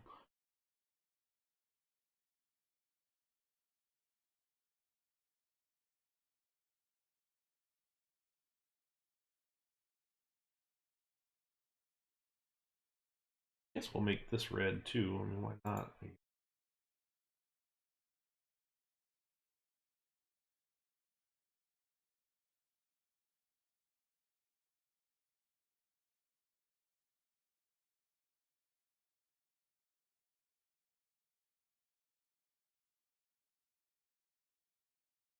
Hmm. This is definitely going to be an issue. These the road lines here, I think from a glitchiness standpoint, I think could be a problem, but we'll see. To be determined.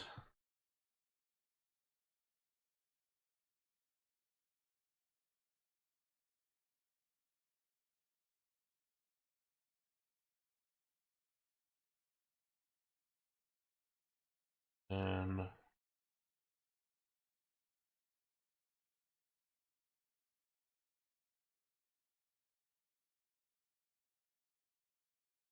yeah, I guess it kind of helps when you guys have been living together for a little while. It's really not a whole lot different from what you were doing before.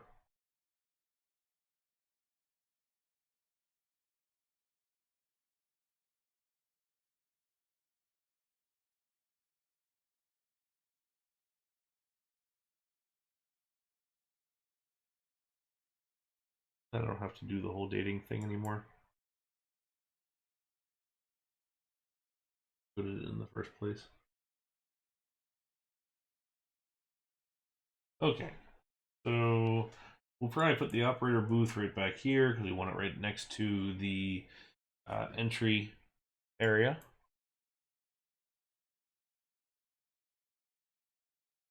and probably pave the rest of this, and it can be probably have like a little Connex box back here that will be the power for the ride. I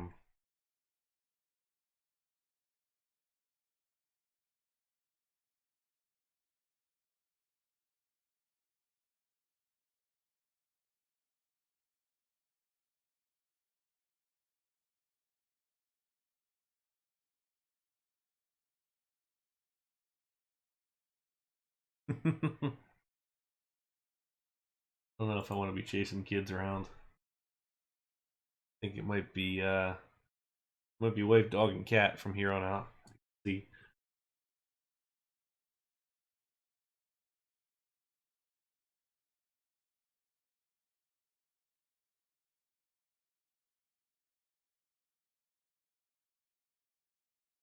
Grab this one slightly off center.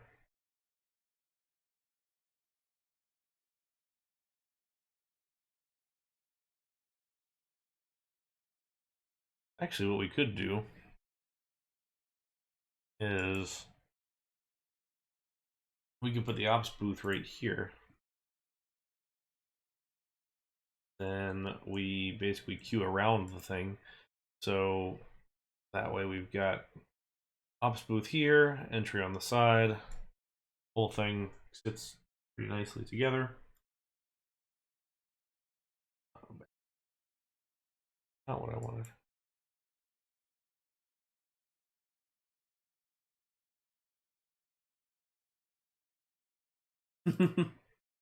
Wait, you don't have a dog, you got a horse. This is gigantic.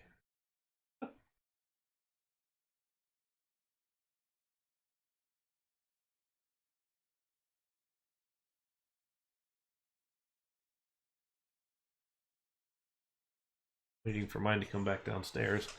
They and they and Jen have been up asleep.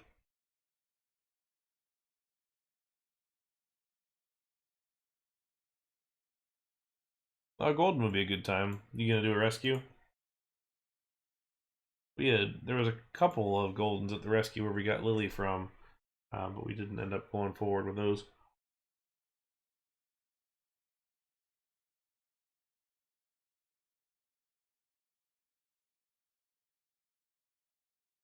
So if I do the bumper cars here, I think what I would do is have the exit out.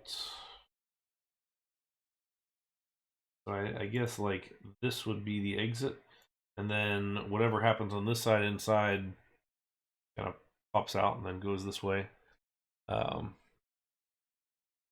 No, hopefully he can get better soon. Get going.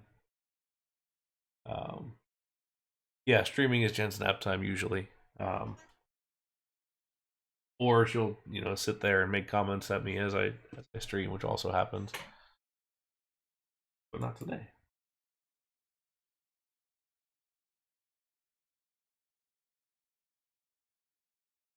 Just before I forget, add in some of this bit of aging.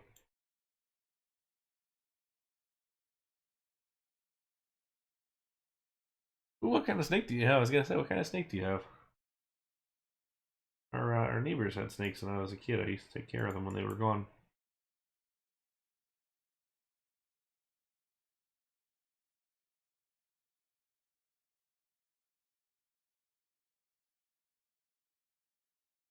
What palette is this? This is objects.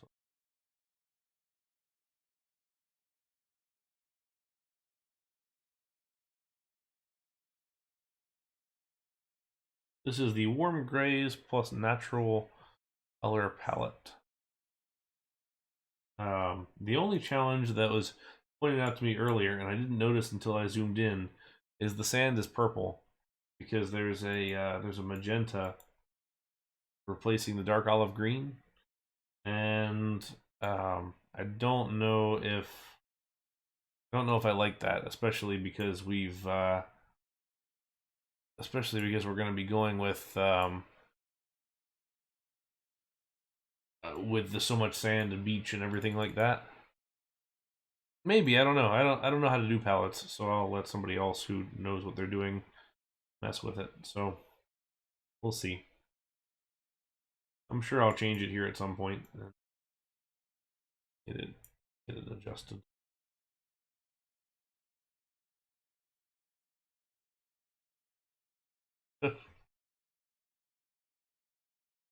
Get in for a stream you get put to work.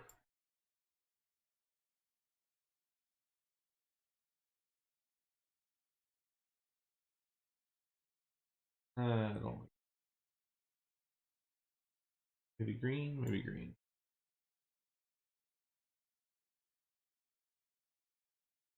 There we go.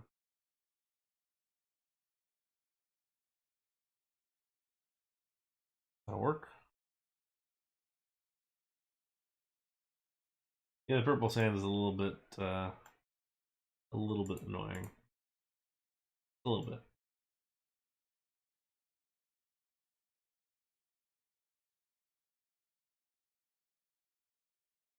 Also, I guess it's there too. Now that I'm looking at it closer, I can see little purple colors. And the thing is, I didn't make this palette. This is one that's been around for a while, as far as I know. But it's definitely maybe not the best choice. But I understand how all the ones are linked together and all that. I just don't know how to actually physically make them. How to adjust the bitmap files and all that.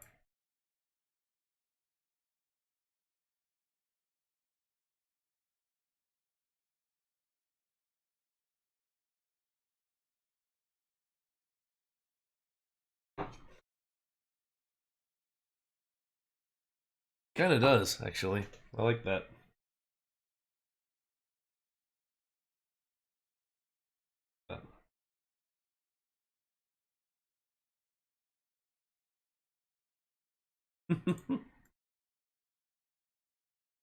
Yeah, friends. Well, he is too. Be kind of fun. Alright, so we'll call that.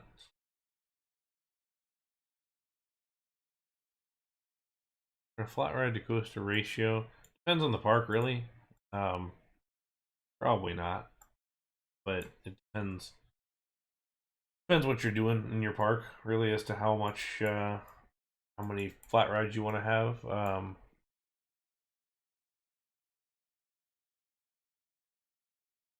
And purple sand. That could be, I don't know, it could be interesting. Maybe we'll do that. Because I do want to have all sorts of just strange homemade stuff like that. And part of it's going to be weird named attractions and whatever else, just based on what all we have going on. Yeah, no, that's fair. You can kind of keep planning. I like to try and do one coaster to every like 3 flat rides, maybe, or at least 3 flat rides per every one coaster. Maybe reverse it like that. Um, but I mean, like I said, it varies. You look at SeaWorld here, for example. In real life, we've got 6 coasters right now, and we got just kids flat rides, and very rarely anything else. Um, so there's not a lot of variety um, as far as that goes. So it doesn't necessarily mean you have to, but um, I don't like this dark paving. The more that I look at it, I just don't like it. I think I want to go with just the standard tarmac.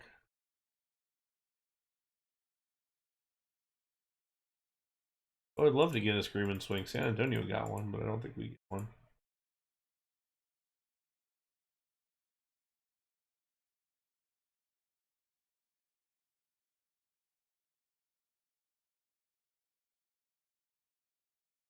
There we go. Soaring Seagull. I don't hate it. I don't like it either, but I don't hate it.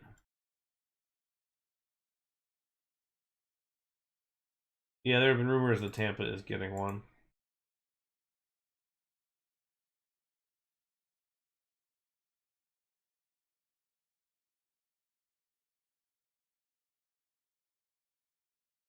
Cool. Thanks for stopping by, Dirty Boy. If you're come on back later, welcome. And otherwise, if not, have a good night. For stopping by again. Thank you for the raid. All those things. Do flying fish, bald eagle themed, America themed, themed to freedom, which is actually just a misnomer.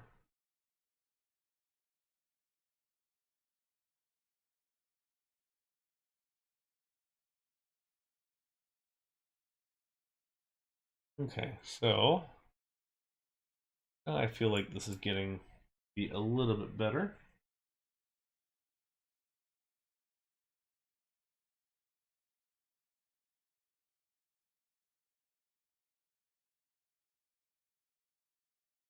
Freedom fish.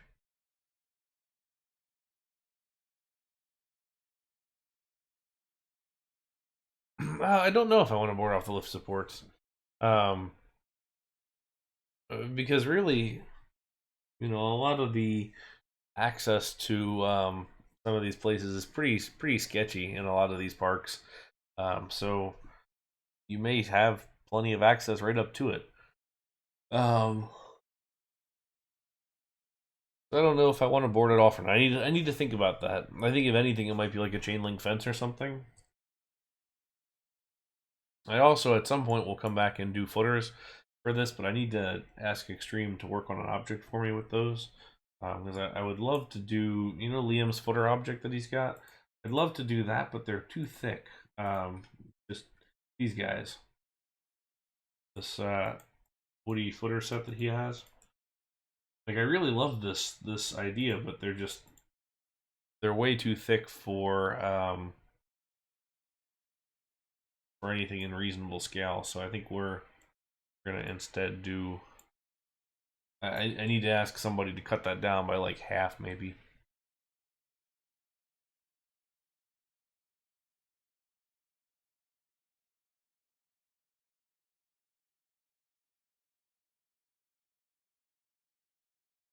Yeah, it'll probably go to extreme because I've got a couple other requests pending for him.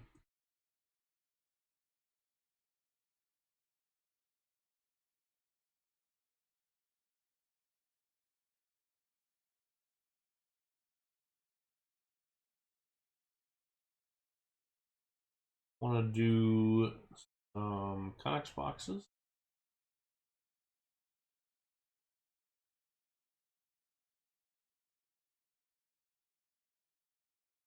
All right, cool. I'll look at it in a minute.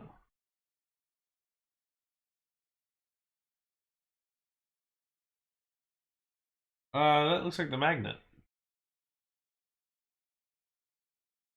So it looks like it's on a piston. So the magnet helps to stop the swing, the arm of the swing a little faster, increase your capacity. So there's a magnet on the bottom of the arm, and and as it slows down, it will, have a help slow the actual arm down, so then you can stop it faster. And then the piston there is to pull the magnet away from the yeah, exactly. It helps park the ride. So then the piston pulls the magnet away when when the ride is ready to go.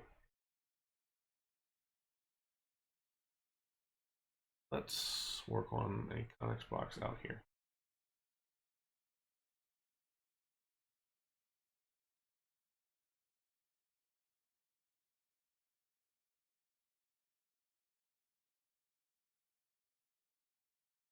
All right, so we want to build one of these.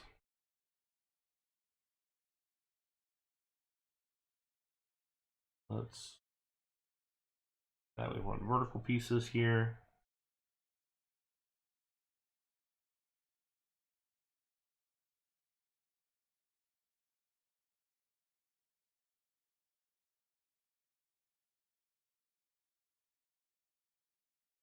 It is true. It is for as much hate as the skyrockets get for other things, as like or train size and everything else. You cannot fault their ability to park. Holy cow! I love how fast a Premier coaster can just like right to a stop. spot on. There's no searching. There's no anything. It just parks. And I'm guessing some of that's probably Actinium more than it is Premier, but I haven't necessarily seen their other rides do quite the same. I appreciate how well it just kind of rolls right in and stops and all the day.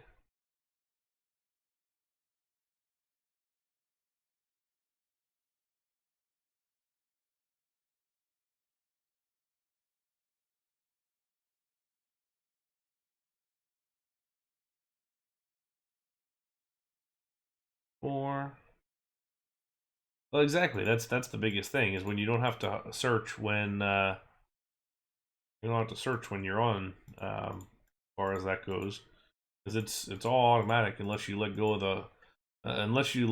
the button, and then you have to do a reset and put it back. Um, every modern coaster parks itself.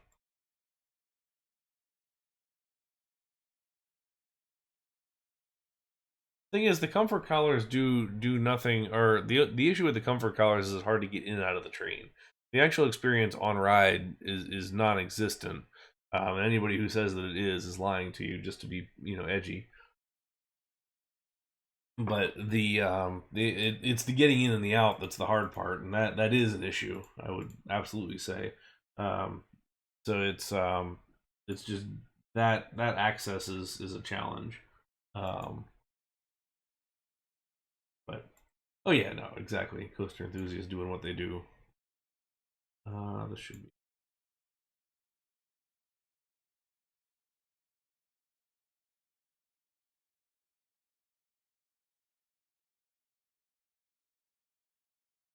all right.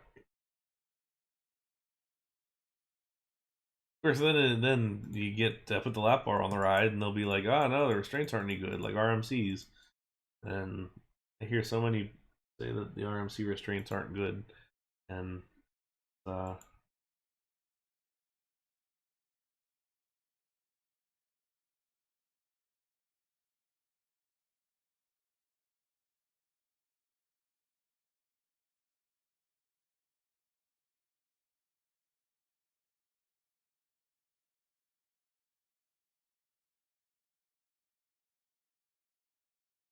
yeah, New Jet Intamin Hypercoasters trains are really nice. Although I do still think the Mach Blue Fire trains are probably some of the best ones.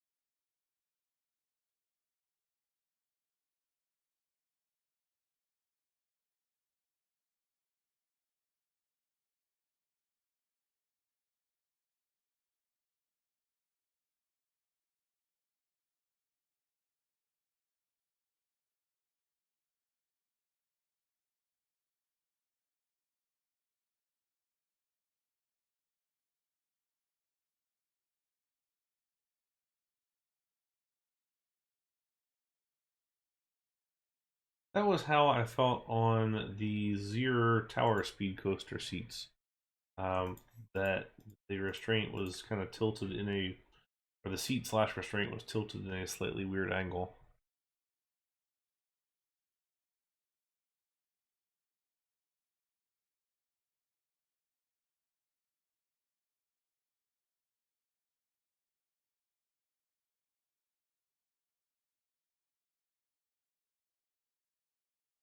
No, no.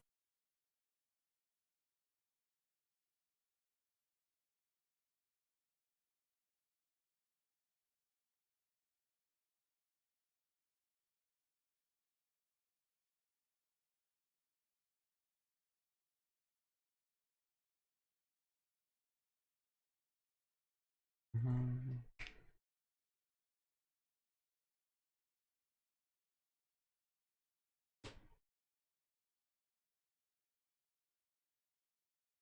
Yeah, restraints shouldn't be able to shouldn't be able to come down further on the ride itself, which is always kind of a shame because that can really ruin an experience. Millennium Flyer trains are great. Those are excellent. I will say, Guardians of the Galaxy at Epcot, the new Vekoma trains, those are fantastic. Really, really good. So would recommend.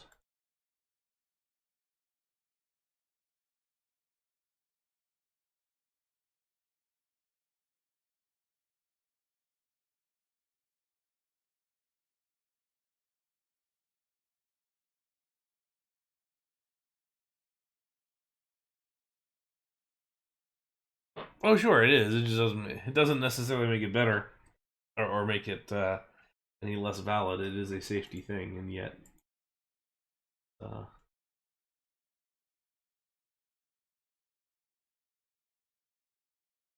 the ride experience standpoint. It still blows my mind that the premier bowls used to have over the shoulder harnesses and they actually reverted to the lap bars. I really don't think that would happen these days.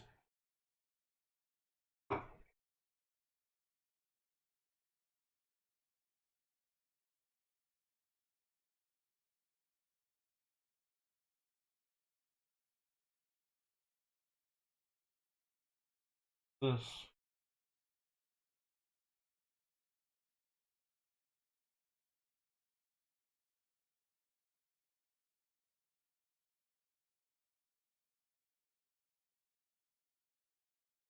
one there, and I can also call it a. Yeah, I do like the original B&M invert trains. They're always just been very comfortable overall.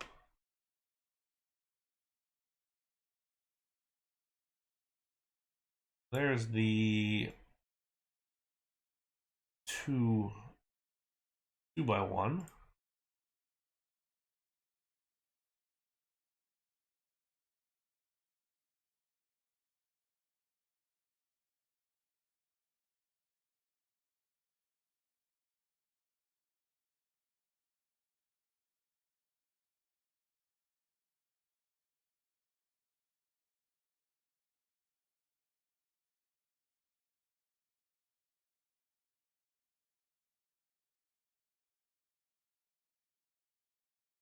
Yeah, Wild Eagle can get a little crushing there at the. I remember coming into the brakes on multiple occasions, going, "Man, I can barely feel my legs right now."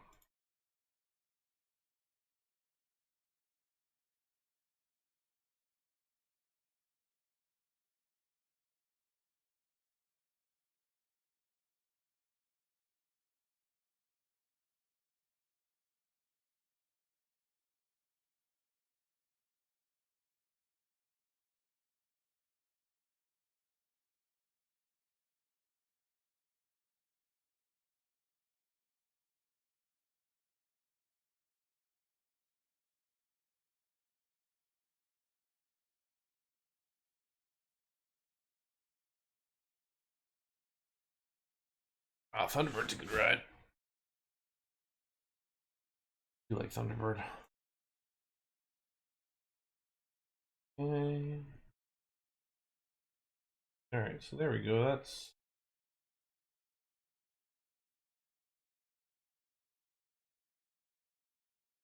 works, and then we'll put the barrel on top as just like an HVAC thing.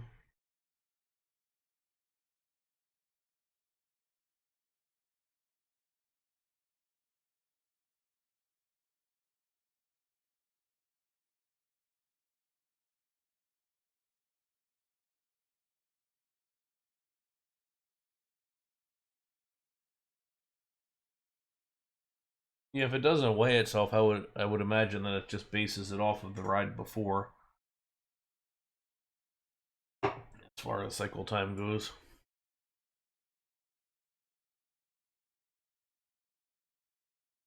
Scenery manager. I think I'm happy with how these turned out. So let's save this as on Xbox 1 by 3.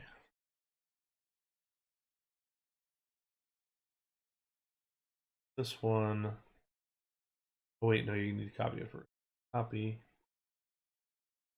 then save.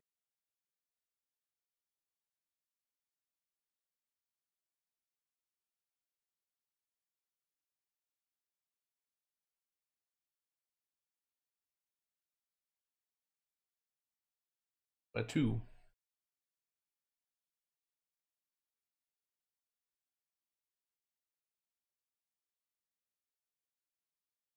Oops. All right. Damn.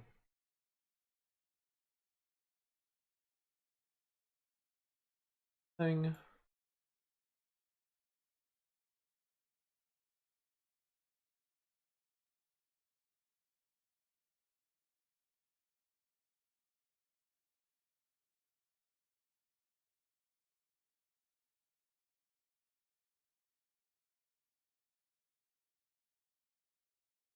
Points.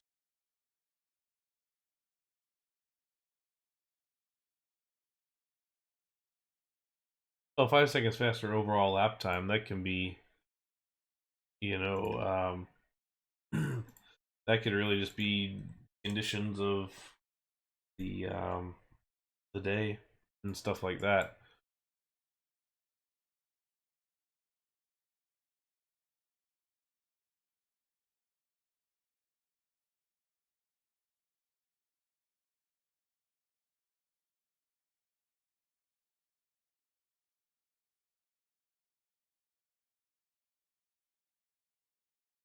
Rid of this.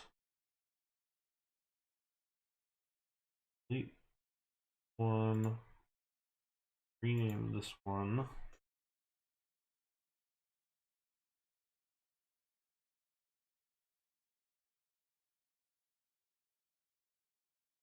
I mean, one cycle right after the other one would probably be unlikely, but I mean, a ride can, like Kraken runs a fair bit beyond, or a fair bit different than another ride, say, or another. Start over. From Kraken during winter runs a lot of seconds faster or slower than Kraken during summer, for example. Um, and like it can run, gosh, 7 to 8 seconds faster on some of the days. So it really just depends on when it is. So it could be cold day, could be hot day, whatever that may be. That's causing the whole thing. Um, there really wouldn't be a mode change, I wouldn't think, because it's all it rarely changes as far as that goes. Get rid of this on this side.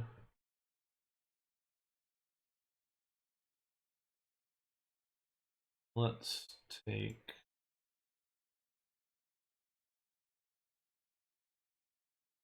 Oh, what a launch wing coaster. I've done a couple of them on streams before. It's they're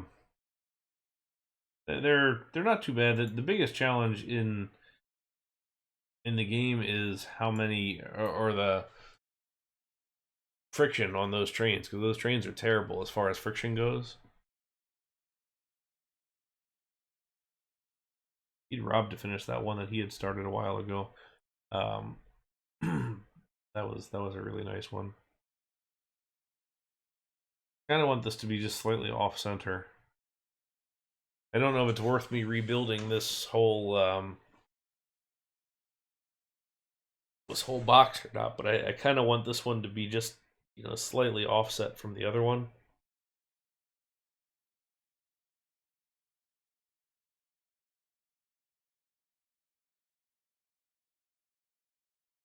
Actually, I might not be able to be honest, because the swing of the ride may be in the way. Hmm.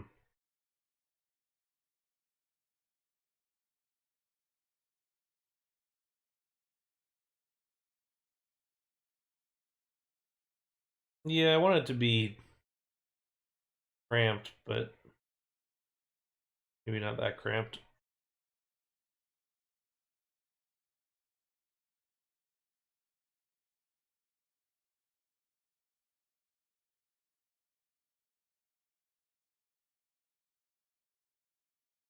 Well, we'll stick with that. We can stick with that for now.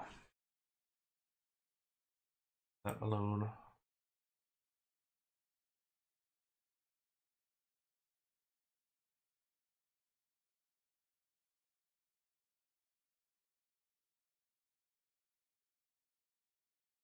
Okay. Trying to figure out what else to do. I don't really want to start into any new things just yet, but in fact, we did make some headway here. I think we might actually call it for today. Only other thing to do will be the operator booth, but we can have some adjustment on that here a little bit later. And next time we'll start into this building here. Excuse me. And whatever else, maybe this is the lower side on building. I don't know. Be determined. Okay.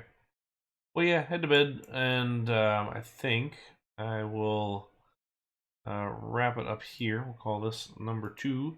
I think I'm off next week because I think my parents are going to be in town, so it'll be 2 weeks before I am back for RCT. But Parkitect on Thursday. Really liking how that campaign park is turning out, so definitely come hang out and check that one out. We'll keep it rolling, but I feel like we got slightly back into the groove on this one, and we're feeling a little better than we were before, so that's good news on this. For me, the big steps now are going to be the first kind of architecture on the map, because we really have no architecture just yet. It's going to end up being this station, and then this kind of building and concessions place. So we'll see how it goes, but anyway, always thank you guys very much for watching. Definitely join our Discord, join YouTube, join whatever else. And we will see you next time. And until then, have a good night. So thanks very much for hanging out. See you next time. Bye.